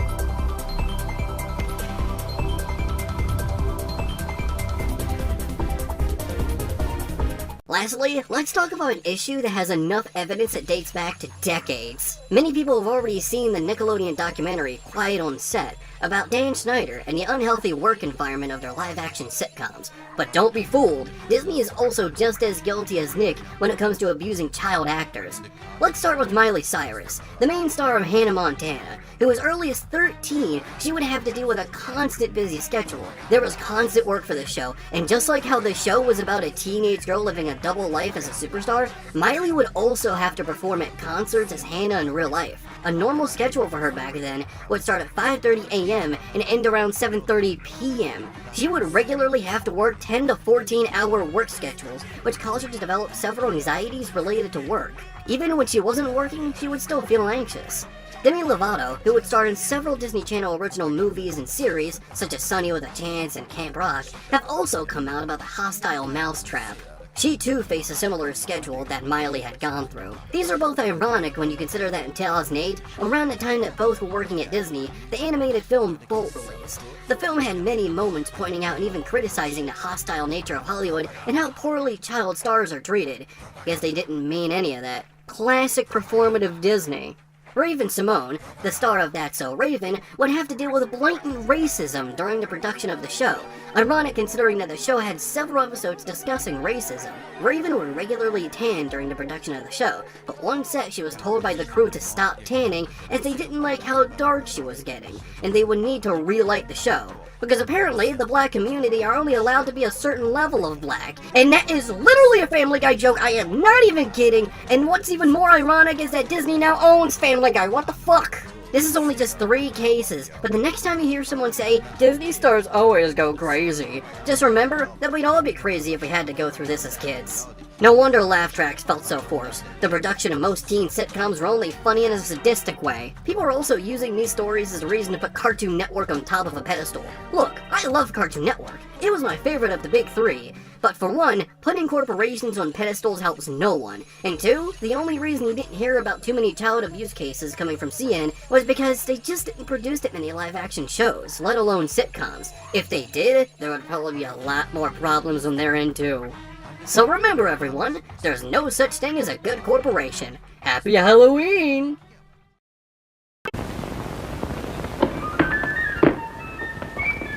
Mickey Mouse? No, it's me, Billy. Happy birthday, Mary Lou. Thanks, what'd you bring me? Here the brand new Soshi toys. You Soshi toys? Let's see. Mickey Mouse, the band leader, dressed just like you. There's a Musketeer, like you. Oh, isn't she cute? Thank you very much.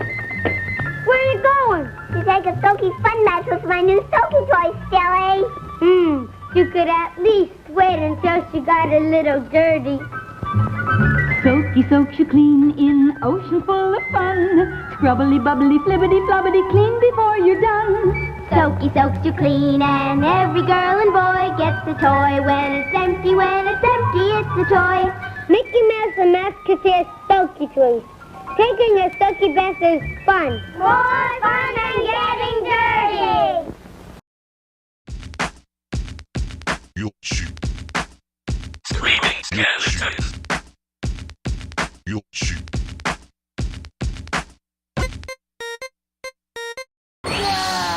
Good evening, ghouls and fools. Welcome to the first Screaming Skeleton segment of this Halloween special. I hope you've been enjoying the show so far.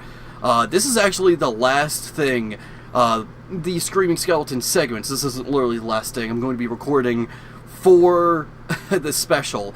And as you can probably guess, for the first part, we're going to be doing Timeless River. But the thorns are still here. That means I haven't gotten Merlin. You know why? Because I chose this. You know, if I have to waste my time going all the way to Halloween to get Merlin, you're going to have to sit with me, too. Alright? You're just going to have to deal with it. Frickin' love how they make you go from one world to the next just to pop you back in the same exact room later. Whee! I love wasting time! Whee! Also, I'm going to say this right now, my AC is on and my fan is on because my house is too freaking hot. We're going through a heat wave right now. And I just finished recording multiple videos with the AC off. I'm sorry, but my safety matters more than your entertainment. Eat a dick. Anybody? He's back. Where? Inside the castle? How the fuck do you know that? And heartless too. Well, what a lucky guess. Maleficent's back. Where? At this very specific location? Yes, let's fade there immediately. If you just knew, then why didn't you just come to the castle? Not make me waste my damn time. And thus the viewer's time. Everyone be mad at Merlin. Point your damn fingers at him. 100 hours of gameplay. Yeah, that's why we decided to make us a pop from one world to the next for no goddamn reason. That's a whole minute you wasted. If we didn't include that, You know, it wouldn't have been 100 hours of gameplay. It would have been 99 minutes and 99... My boy, that is a gateway to a special world. Someone Yes, one where Walt is still alive. in this castle. Of that, I'm certain. If the castle is called Disney Castle, does that mean that Walt exists within the Kingdom Hearts universe, or existed? Or are they going to imply that Mickey's last name is Disney? They should make an LED, like, fucking orb that you can sit on your desk up the cornerstone of light. I would love to have that on my desk. Tell me you wouldn't! I feel like they could do that now. The technology's there. You might have to spend like fucking 100 million yen to get it, but it'd probably be worth it to have a cute little knick-knack on your desk. Oh, I'm sorry, 100 million yen and an extra purchase for AA batteries. Doesn't come with batteries. So, anyway, let's go here. Let's go to aesthetically one of the most interesting worlds in the series, but layout-wise, probably one of the most disappointing. I mean, I love this game. I'm just going to preface this right now. I love Kingdom Hearts 2. It is my favorite single-player game. I would say my second favorite game. It's a toss-up when it comes to whether or not it's my favorite game or second favorite. Super Smash Bros. Ultimate is definitely up there. It depends more on my mood because those are two completely different games. Right? But I can definitively say this is my favorite single-player game of all time. I've already played it and talked about it enough on the channel. That should be proof enough. So whenever I make fun of Kingdom Hearts, it's coming from love, right? I'm someone who grew up with the series. I'm allowed to say how silly it is. I'm not doing that in spite, like, kind of cringe. I'm doing it because I genuinely love this series. I genuinely wonder how they would handle this world today. They'd probably add a filter on top of it to make it look like there's film grain. Have a different kind of sound filter, because right now it sounds more like bit crushed rather than like, hey, Nat, get on my fucking cup! Jesus Christ! There have been gnats all over flying this damn house! Don't know where they're coming from, we're trying our best. I'm not joking, by the way. Not only is it super hot, but we've got a bunch of bugs flying around here. And I don't know why. We clean, we do like... We've tried everything. We've bug sprayed, we've cleaned, we've done even like do-it-yourself shit. We've done literally everything under the book. They just keep coming in. May God have mercy on our souls. Also, for my alcoholic beverage, right now I have a cup of a little bit of vodka and Coke and a red cup. So if I belch, I will not apologize because that is normal bodily function. Also, I know some of you weirdos might be into that, so this is for you, you freaks. Anyway, can I grab this without you noticing me? I can't get that one because I don't have high jump. Punish! But we need to drown him. Goofy, look away, I know you're gonna cry. And we just shove his head into the water, just hold him down. It's gonna be over soon. You know what I just realized? You know, this is 2024. Everything in this in this world, or, okay, not everything. I think Donald and Goofy aren't public domain yet, but this version of Pete and Mickey and Steamboat Willie are public domain. I don't know about, like, the NPCs, like Horse Collar, but I know for a fact that that version of Pete and Mickey are public domain now. I think Donald becomes public domain in 2026. I know Popeye the Sailor Man does in 2025, and I looked some of this up because I was curious. I know we're going to get a slew of popular characters all going into public domain. Superman and Batman and Wonder Woman and the Joker are all going to become public domain in like the middle of the 2030s. Porky Pig's going to be the first Looney Tune to go public domain. It's gonna be fucking insane. Someone make a fucking platform fighter with all these with all these characters. Or, hypothetically, someone could make a Kingdom Hearts inspired game. Technically, they could also have Steamboat Willie in here. I love to have like more games that are like Kingdom Hearts. You know? I'm surprised no one's ever tried to make their own version of Kingdom Hearts. Or even like blatantly rip it off. Because I know there's a difference between inspiration and rip-off, right? I am a little more lenient when it comes to that. I like to give people the benefit of the doubt. But here's the thing. I'm surprised there aren't that many attempts. right? The only thing I could maybe think was Nicktoons Unite. I feel like that could potentially be... And that could potentially exist possibly because of Kingdom Hearts, because it came like a year afterwards, and you know licensed games, they don't have long development cycles. And it was a similar idea. I feel like Nicktoons Unite was probably the closest thing. Well, besides that and Fusion Fall, like Cartoon Network's Fusion Fall. But I would love, like, please, if we're gonna be in this stupid age where everything has to be a crossover, can we at least make more Kingdom Hearts, like, stuff? I want more stupid, like, original characters with cartoony party members going into other worlds I can explore and jump around with fun, almost hack-and-slash-like gameplay. That's how you can make it different. Kingdom Hearts is an RPG. You can make it more of a hack-and-slash, where it's more about unlocking the weapons and abilities rather than experience and leveling up. Or even make it just a platformer. I don't know. I'm desperate, man. I have an inch. Square Enix likes to do this damn thing where it's like any big game they have, they like to reveal before they start any work on it and make us wait fucking years before any actual news comes in. Kingdom Hearts 4 was announced like 2 years ago, and we don't know, nothing else has been said about it ever since then. Why would you do that? It's dumb.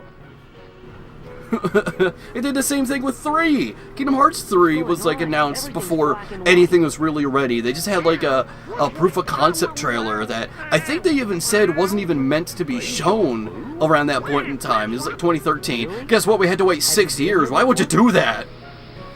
Super Smash Bros. Ultimate decided, hey, we're gonna go ahead and announce our game in June. Oh, by the way, it's coming in the next few months. You don't have to wait a decade with radio silence for the first half. That's gotta be a huge problem I have. I've just been rambling this entire time, haven't I? Well, what can I say? Not much has been going on. They look at the curtain of glory and they're disappointed by the curtain of glory. I know, yes, my favorite 1920 short, the doors to memories of yore. The doors to Mickey's mere regrets. And yeah, that's kind of why this... Even though this world aesthetically is probably one of the most fun, it's also probably one of the most disappointing layout-wise, because, yep, there it is. Not much exploration, just, hey, doors, go in them, find a bunch of Heartless, leave. You don't even get a second visit here, which is kind of disappointing. Anyway, let's go in order. Let's start with the dang construction... I think that was the construction site, right? Yeah. What are they building? Like I said, I'm not apologizing. That's a normal bodily function. Why should I? You really saved the day. By kicking that one guy in the back of the head, giving him a concussion. Let's get those Heartless. He really saved the day. Anyway, I love the Heartless in this universe too. They're so fun and cartoony. I mean, obviously that's the idea. Is that like they want the Heartless to fit the worlds that they're in. Yeah. Oh dear, oh jeez Louise. Get air slashed, you assholes. Ow. Somebody come quick, there's a crisis! I love mashing triangle over and over again. It's how I win all of my disagreements. But anyway, there's too much mayhem, there's too much chaos. We're gonna need to stop this immediately. Oh my god! I forgot I'm on proud mode. Here's the thing, this file, was kind of sitting in my PS3 for quite some time. There we go. I think it was when I did a similar Let's Play a couple years back when I used to do Red Room Plus. We're gonna do Roxas' Story Drunk, and look at that, we're opening this file again to do another Drunk Kingdom Hearts video. So I just started from the end of Roxas' Story and played up to this point just so I can do this. I really should just go through Kingdom Hearts 2 again and just create save files at the beginning of every world, just so if I want to do something like this more, I can just pop right in. And I don't have a problem playing Kingdom Hearts 2 again. Like I said, favorite single-player game. Idiot. You've managed to fail at everything. And what's more, you foolishly thought you could take my place while I was away. Let's try my fucking best. Now you're finished. Mark my words, there'll be no place for you when our time comes. Ooh. Useless imbecile. You can just crush her head with your big-ass hands if you want to. Pete's huge, he's got all this strength. I'm surprised he doesn't just grab someone's hand and go, Why you? He doesn't know his own strength. Also, he realizes the heavy repercussions of murder of the first degree. He doesn't want to be put to death. You know, every world has its own laws. I'm pretty sure in Hello Bastion, they have the death penalty, right? If he did it in Twilight Town, I don't think he'd have to worry about the death penalty, but he would have to worry about life in prison. You know what I found out? That's what's really just hilarious, but kind of fucked up. So when you think of deaths, not death sentences, life sentences, right? You think life. But then you see like, oh, multiple life sentences or plus years. It's like, why is that? It's because different states have different numbers of years for what a life sentence is. And I can't remember, there's one state, I want to say Arizona, I could be wrong on that. I'm not gonna, so don't take my word for that, but I know there's one state where a life sentence is 2 years. That's a life sentence for a fruit fly, not for a human being. I'm gonna have to go to jail for 2 life sentences. Oh man, how long is that? Oh, 4 years! I mean, it's prison. I wouldn't want to go to jail. And for any amount of time, but, you know what I mean. It's just a little... Time to cause the greatest tragedy this small town has ever experienced. Hundreds are dead. Not even hundreds, probably thousands at this point. And let's make it even more! As long as I'm not told nobody's hurt or killed, I'm avoiding of consequence. Hey, there's this guy. Look at this thing.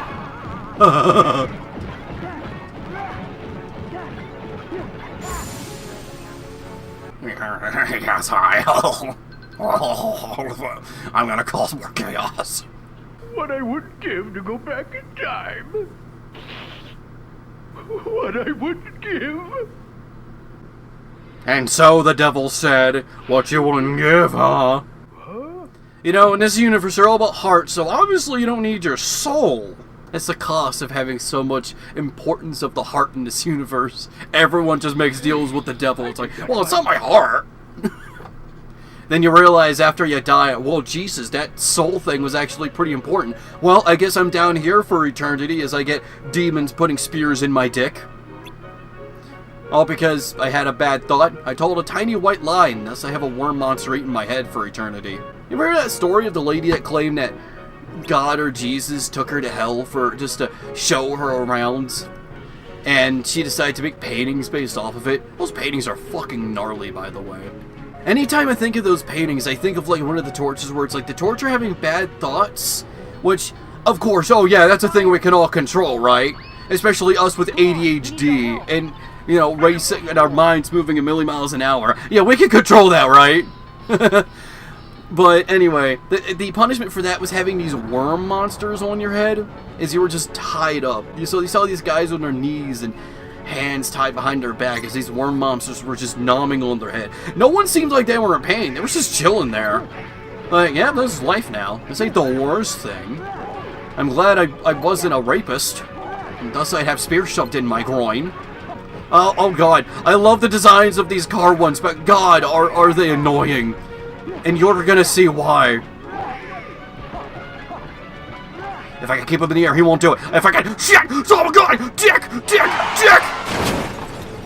Oh dear! Oh dear! I don't want to die! Thank you, Donald. And if people say Donald doesn't help, they say Donald doesn't heal you. What did he just do there? Also, people who say that, do you not realize or remember that, hey, you're able to change the frequency or, like, the behavior of characters and how much they use certain abilities? Yeah, you should think about that. You should think about that more. Donald's trying his damnedest. He really is.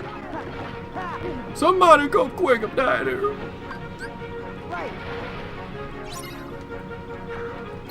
Oh no! Oh no! Oh no! Oh no! Stop the fire! Stop it! And more just show up. Well, that's cool.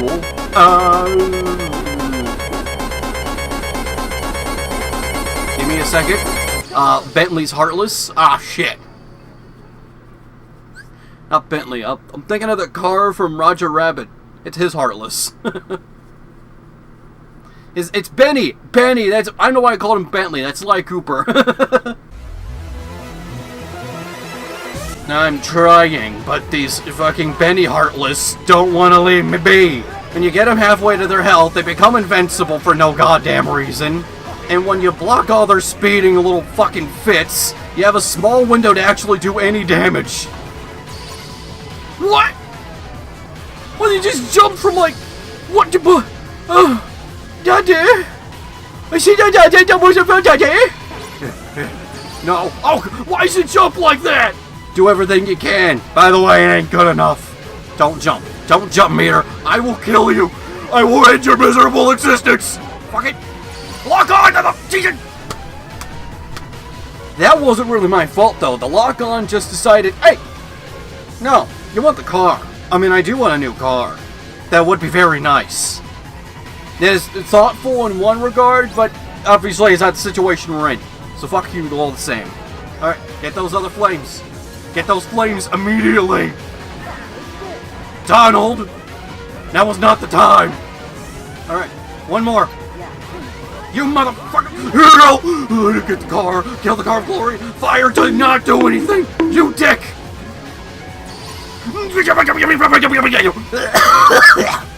Let's see if I can just... You son of a bitch! You son of a bitch! I'll kill you, you son of a bitch! No, wrong!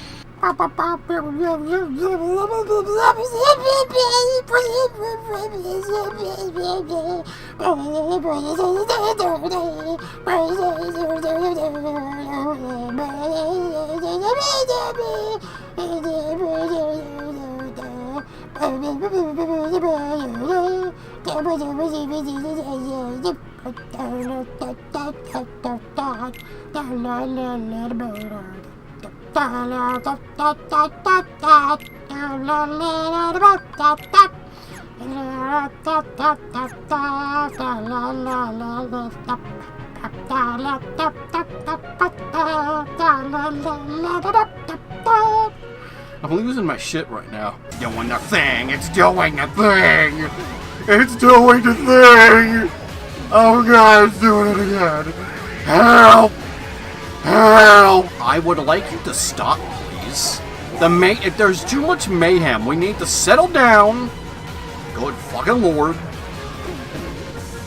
Lock onto the fire. Cars. Disney Pixar's Cars. Ah, fuck! I've been jumped! Well, actually, I don't know what got me first. Okay, I died first, but yeah, the mayhem meter just shot up for some reason. I was not having a good time. No, I'm not at all. Thank you, Donald. See? He heals you. I don't want to hear no damn lip saying that he don't. Boo, flippity jibbity hoo. He don't do the thing when I want him to do the thing exactly at the moment when he's supposed to do the thing, right? Now, if anything should be more mad is this stupid cup. Come on. Yes! Oh, thank you. I feel like you did that for a little too long. Oh, goodbye. I love you. Well, that takes care of that. Hey! Ah, yes. Old-timey 1920s door to mirrors of memories regrets. I should not be legally responsible for the shit that flies out of my mouth, because honestly, I don't even know half the time. Oh, let me shit. Oh, quit your yapping.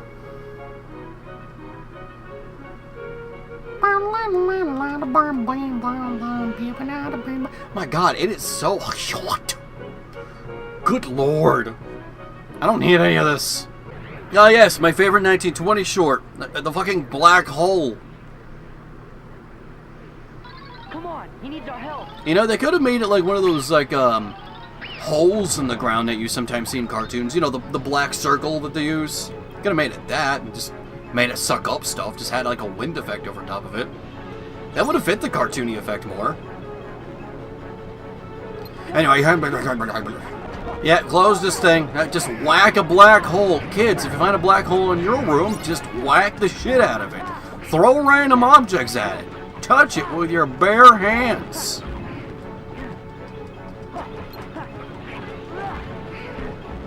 Someone whack it! Whack it! Thank you, Donald.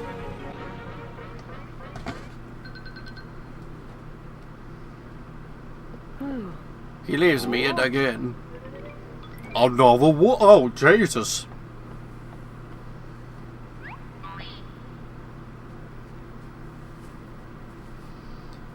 This is what I get for wearing long pants, even though they're very thin.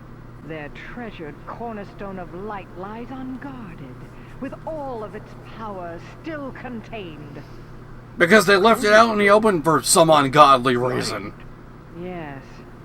That curse. Why? Down. Also, wouldn't it have been better if, like, maybe they stylized the cornerstone of light to fit the era too? It's also kind of stylistically different from the rest of the world. There's just a lot of missed opportunities with Timeless River. Gotta go get my old boat back.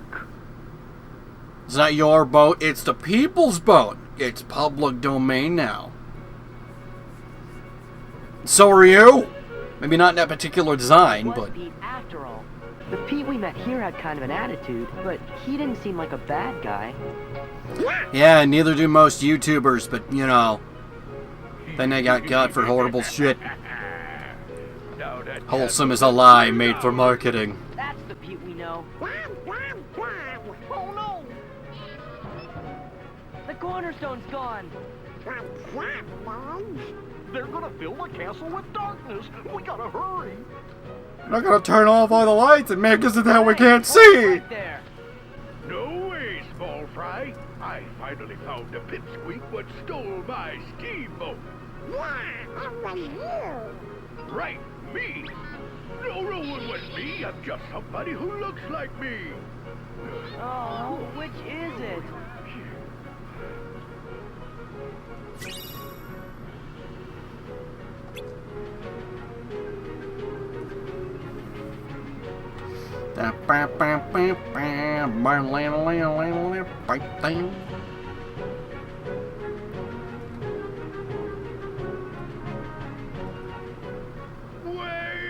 Ah, yes, there it is. The public domain boat. Your future's on the line, Valley. So back off and give me the boat. The cornerstone. After him.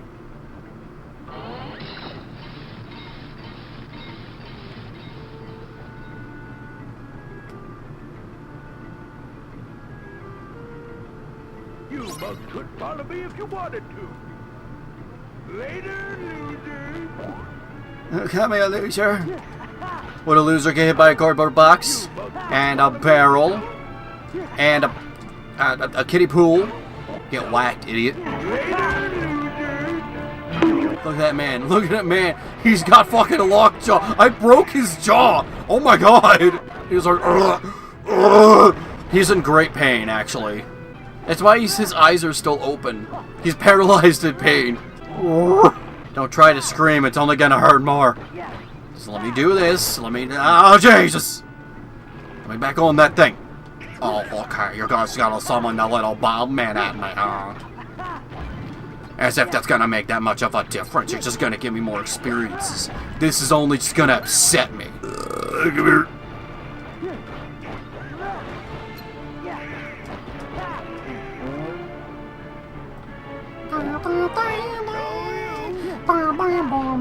I do like the Kingdom Hearts 2 soundtrack.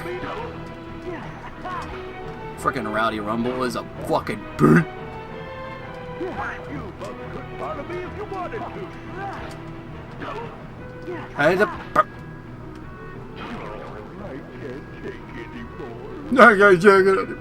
That's okay, I'll give you a little bit of relief. Alright, time's up.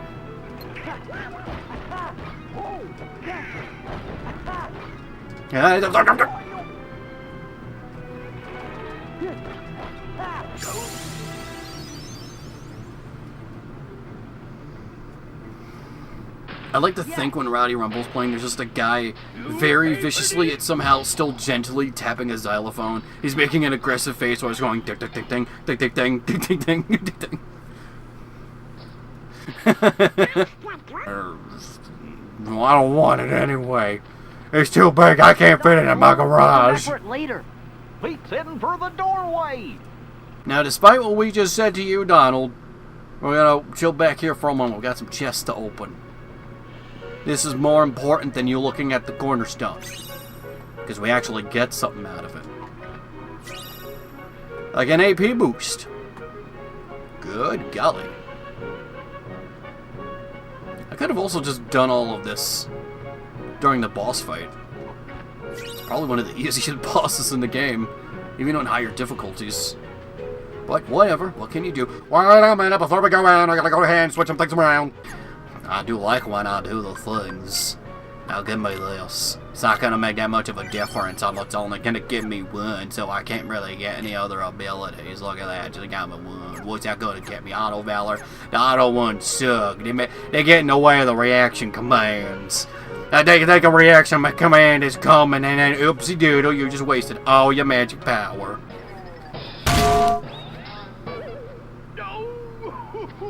Look at that, guys being dudes. You're still wet behind the ears.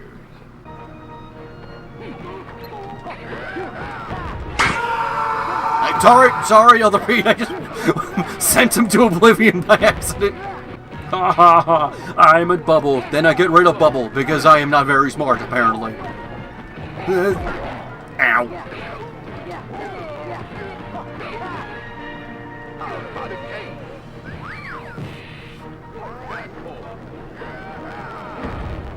I don't know why I just ran into that like a dip. But anyway, hey Goofy. Hey Goofy. I'm in Bubble. Now I get rid of Bubble because I have no brain. I don't know why I did that. It wasn't the smartest thing to do. I mean, yeah, I walked away on your shield, but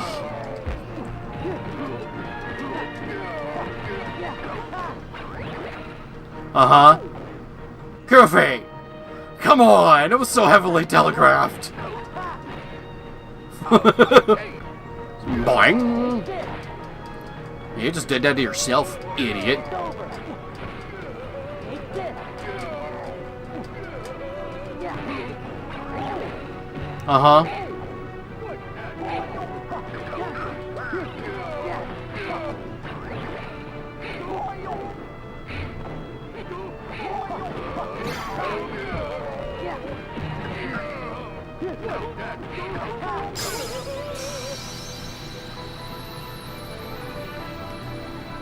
I did it.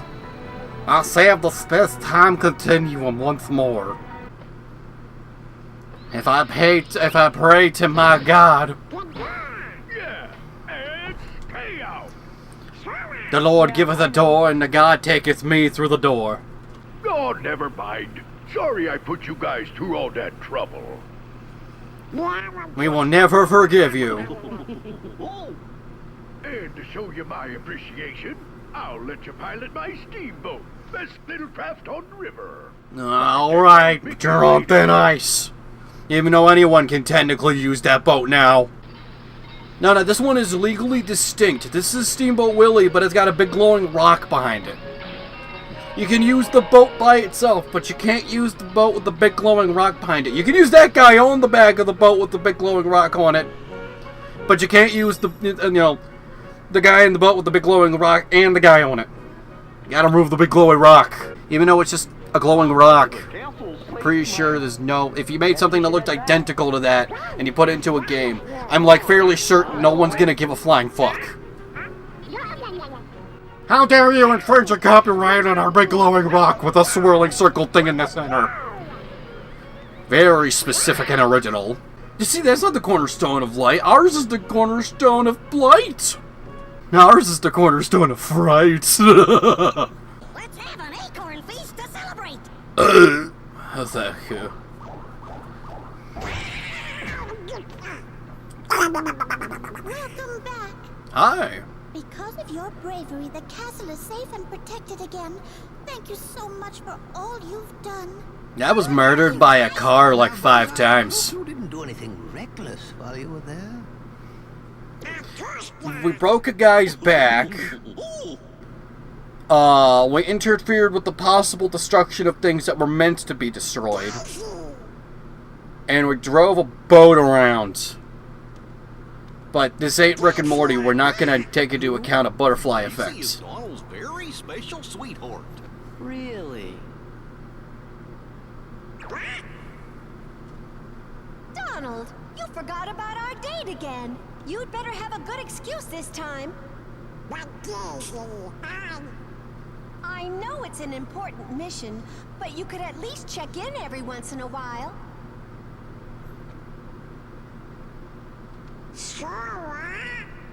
What the fuck you want me to do about it? Donald? Just be a minute.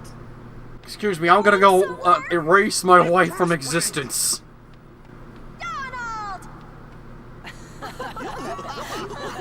See, it's hilarious. It's not murder if like, they were never born to begin with. It's just a hilarious domestic squabble.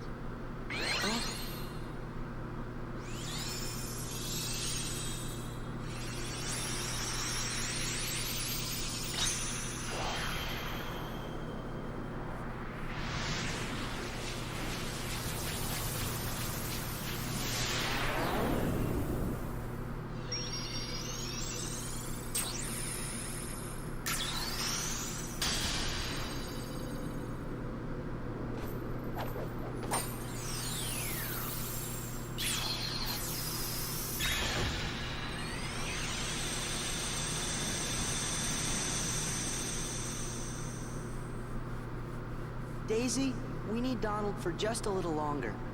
You're never going to see him again. Gotta go to look. This is the last moment. He's lying. He's trying to make you feel better. Don't you worry. There's no coming back from this man. Please tell the king that we're still looking for him. I will. See you soon. We gotta tell our loved ones that we're going to return to make them feel better. Ignorance truly is bliss. Ooh, and wisdom. Pretty sure that's an oxymoron when you consider that. Ignorance and wisdom probably don't go together very well, but whatever. I don't make the rules. I could make up my own, but I'd be very sacrilege, and God probably wouldn't like that.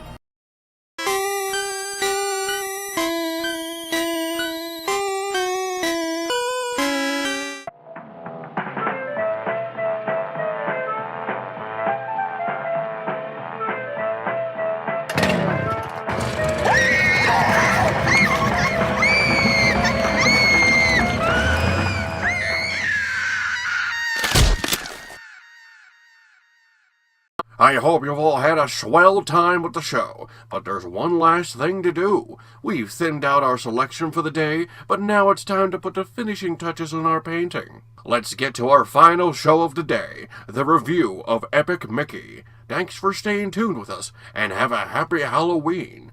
But what's this? Christmas is around the corner. Enjoy the review.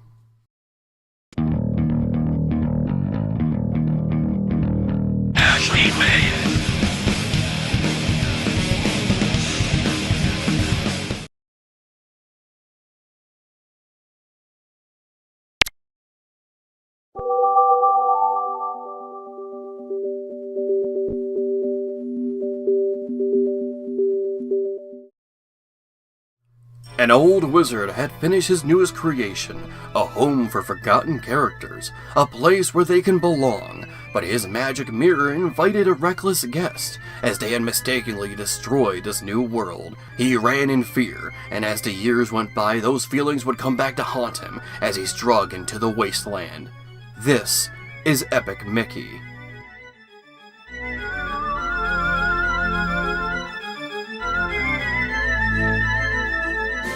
Starring Mickey Mouse as he's trying to find a way to escape the wasteland and return to his home. Meanwhile, a mad doctor and the Blot, a mysterious pile of ink and darkness, are trying to rip out Mickey's heart, as no one in the wasteland has one and only toons with hearts can leave freely. On his journey, he meets Oswald the Lucky Rabbit. For those who don't know, Oswald was Walt's first major phase, but despite his name, Oswald's fate was far from lucky, as his rights were kept by Universal Studios. Thus, Mickey was made. It's funny that one of Walt's famous quotes was, "It all started with a mouse." Well, that was a fucking lie. Mickey would end up becoming not only Disney's mascot, but also one of the most beloved cartoon characters in the world. So how did Oswald come back to Disney? It wasn't until 2003 when Buena Vista Games, who would later become Disney Interactive, would pitch the idea of a video game starring Oswald. Bob Iger, who would later become the CEO of the Walt Disney Company, was determined on getting the rights of Oswald back, and all it took was trading Al Michaels, a famous sportscaster, for the rights to Oswald. I wonder how Al feels about being traded for a cartoon rabbit, considering that he was ABC's sportscaster from 1977 until 2006 when the trade was made. It's nearly 30 years of work, as he would then become the new caster for NBC instead. Well, apparently he felt confused by the trade, but also felt it was appropriate, and had a feeling that he would become a trivia answer in a game show because of it. So did he?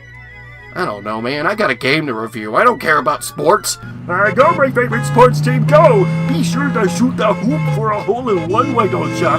Oswald is of course envious of Mickey, and rightfully so. This of course starts a complicated friendship that would grow as the game would progress. The game is a standard 3D platformer that controls the way you would expect. Running, jumping, double jump, a spin attack to fight enemies while collecting items. What makes the game stand out though is paint and thinner. Mickey uses the same magic brush he accidentally ruined the wasteland with to shoot either substance. Paint is able to create, while thinner erases. You point the Wii remote to the screen and press the corresponding buttons to shoot. With them, you can create platforms or erase debris, but these liquids aren't just for solving puzzles and creating pathways, as thinner can be used to defeat enemies, while paint can be used to turn them into your allies. This is good because not only can you run out of either paint or thinner, but also makes the player think about their actions more. Let's say you're low on health, and you're afraid to fight alone. Well, you don't have to. Just beat an enemy enough and they'll fight alongside you. Having both substances makes you think twice before continuing, and you're going to need to do that a lot, as the game also has a karma system. Karma systems were popular in the late 2000s, as you would also see them in games like Infamous and Fallout. I'm sure most of you already know what karma means, but I'll tell you anyway so I can feel smart and make you feel dumb. Hear that, viewer? You have a small brain, while my brain very big. Karma is when you do a good thing, and you get good thing. But if you do a bad, then you get a bad, and Jesus will cry. Some characters will need your help, so you can either take the shorter, easier route at the expense of that character, or you can take the time to help them out, and in return they'll not only assist you, but they'll also give you a bonus. In other words, get fucked, idiot. But who's getting fucked is depending on what you decide. Most of these things will not affect the game directly, they'll instead alter the ending to show how much help you were to the people. Throughout the game, Mickey must venture throughout locations based on Disney's amusement park attractions, like It's a Small World, The Haunted Mansion, and Tomorrowland. To traverse from place to place, you use reels for fast travel. Each reel is a 2D platforming segment based on an old shores. And honestly, I just love running through these, but I wish there was more to them.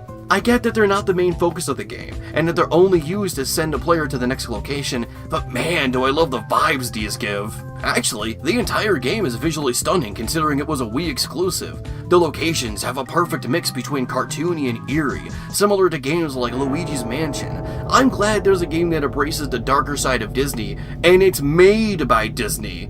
But it also could have gone further. I encourage you to look up the concept art for Epic Mickey. Some of it straight up looks like an illustration you'd see in Stories to Tell in the Dark. I mean, look at this thing! It's so fucking nasty and gnarly and I love it! But as a clarification, while this is technically concept art that was indeed made for the game, it wasn't made with any specific plans in mind. The crew made them to see how far Disney would let them go. How dark could they make the game if Disney allowed them? I mean, just imagine if some of these were actually in the game, Epic Mickey would become a horror game and I would love that. And it's not like kids wouldn't either, considering kids today love seeing family-friendly characters being corrupted, considering the rise of mascot horror games with stuff like Five Nights at Freddy's, Bendy, or Poppy Playtime, or the popularity of YouTubers who play these games like Markiplier, Friday Night Funkin' mods, Sonic.exe, CreepyPasta, etc. I understand you gotta protect the brand, but I severely doubt that one official horror game is gonna destroy the legacy of a character that's nearly 100 years old. Have you not seen Suicide Mouse? I mean, hey, Mickey's public domain, and people are already taking advantage of that. Do you really think the brand has been tarnished that badly because of that? You made Nightmare Before Christmas and released it under Touchstone because you thought it was too dark. But now you wear it on your sleeve because people loved it. Embrace the edge, explore the scares, be freaking spooky! Back on topic, the soundtrack is alright, not that I can show you as Disney likes to go after people for using their music from their games. Yes, this includes Kingdom Hearts. So I apologize as the music you've been hearing isn't from the game. Man, Nintendo and Disney really are equals, huh? Both like to abuse their copyright to go after fair use or content that doesn't affect them in any way. It's great. Speaking of sarcasm, here's some other great things about the game too. That was also sarcasm? Not sure if you could tell because of how much of a tiny brain you have? You dummy. The most notable problem is the camera. Being a 3D game on the Wii that makes heavy use of the pointer is going to have issues with its camera, especially when you consider that the Wii Remote and Nunchuck combo only has one analog stick. With games like this, you would either have to press a button to align the camera to where you're facing, use the cursor to move it, use fixed cameras, or just deal with it. This isn't an Epic Mickey exclusive problem. This also affects other games, from the small licensed titles like Code Lyoko Quest for Infinity, or major titles like The Blob or even Mario Galaxy. The only difference is that the severity of the problem is more dependent on the game you play. Epic Mickey has been remade as Epic Mickey Rebrush, and since it's available on all modern platforms, this problem should be a thing of the past. But there are still two major issues. Whenever you hit a switch or enter a new location, the game takes away control from you and slowly pans the camera to a point of interest. This is one of my least favorite aspects of many 2000s games, because most of the time you're not able to skip it, and the thing it's pointing out is usually obvious already. If it wasn't, there are alternatives than taking control away from the player. 1. Have a mini screen appear in the corner of the screen to show what changed. 2. Have an arrow on top of the screen that shows you where to go. 3. Have a map in the lower corner with a dot that indicates where to go next. Or 4. Just tell the player through a text pop-up. Some people don't like these things because it disrupts my immersion. And this doesn't. Oh, I'm sorry! Did you really think you were fucking Steamboat Willie fighting the Heartless in Hershey Park? No, I didn't think so. I'd rather have something come on screen telling me where to go, instead of taking control away from me every 5 seconds to show me what I already know. Lastly, why does the game that starred Disney's beloved characters have no voice acting in the dialogue? Huh?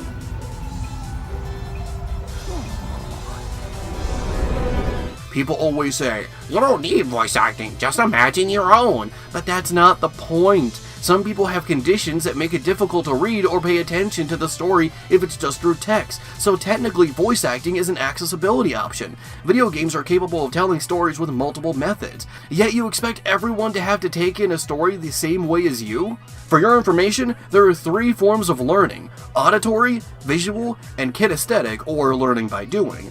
This applies to taking in information of a story. Voice acting counts as auditory, and by not including it, you're only letting people take it in through visuals alone, which can work for stuff like silent films or cartoons such as Tom and Jerry, but that's because they didn't have dialogue to begin with. And what's that? That's dialogue right there. But I know the real reason people don't want voice acting. Because it could be bad. Blue, blue.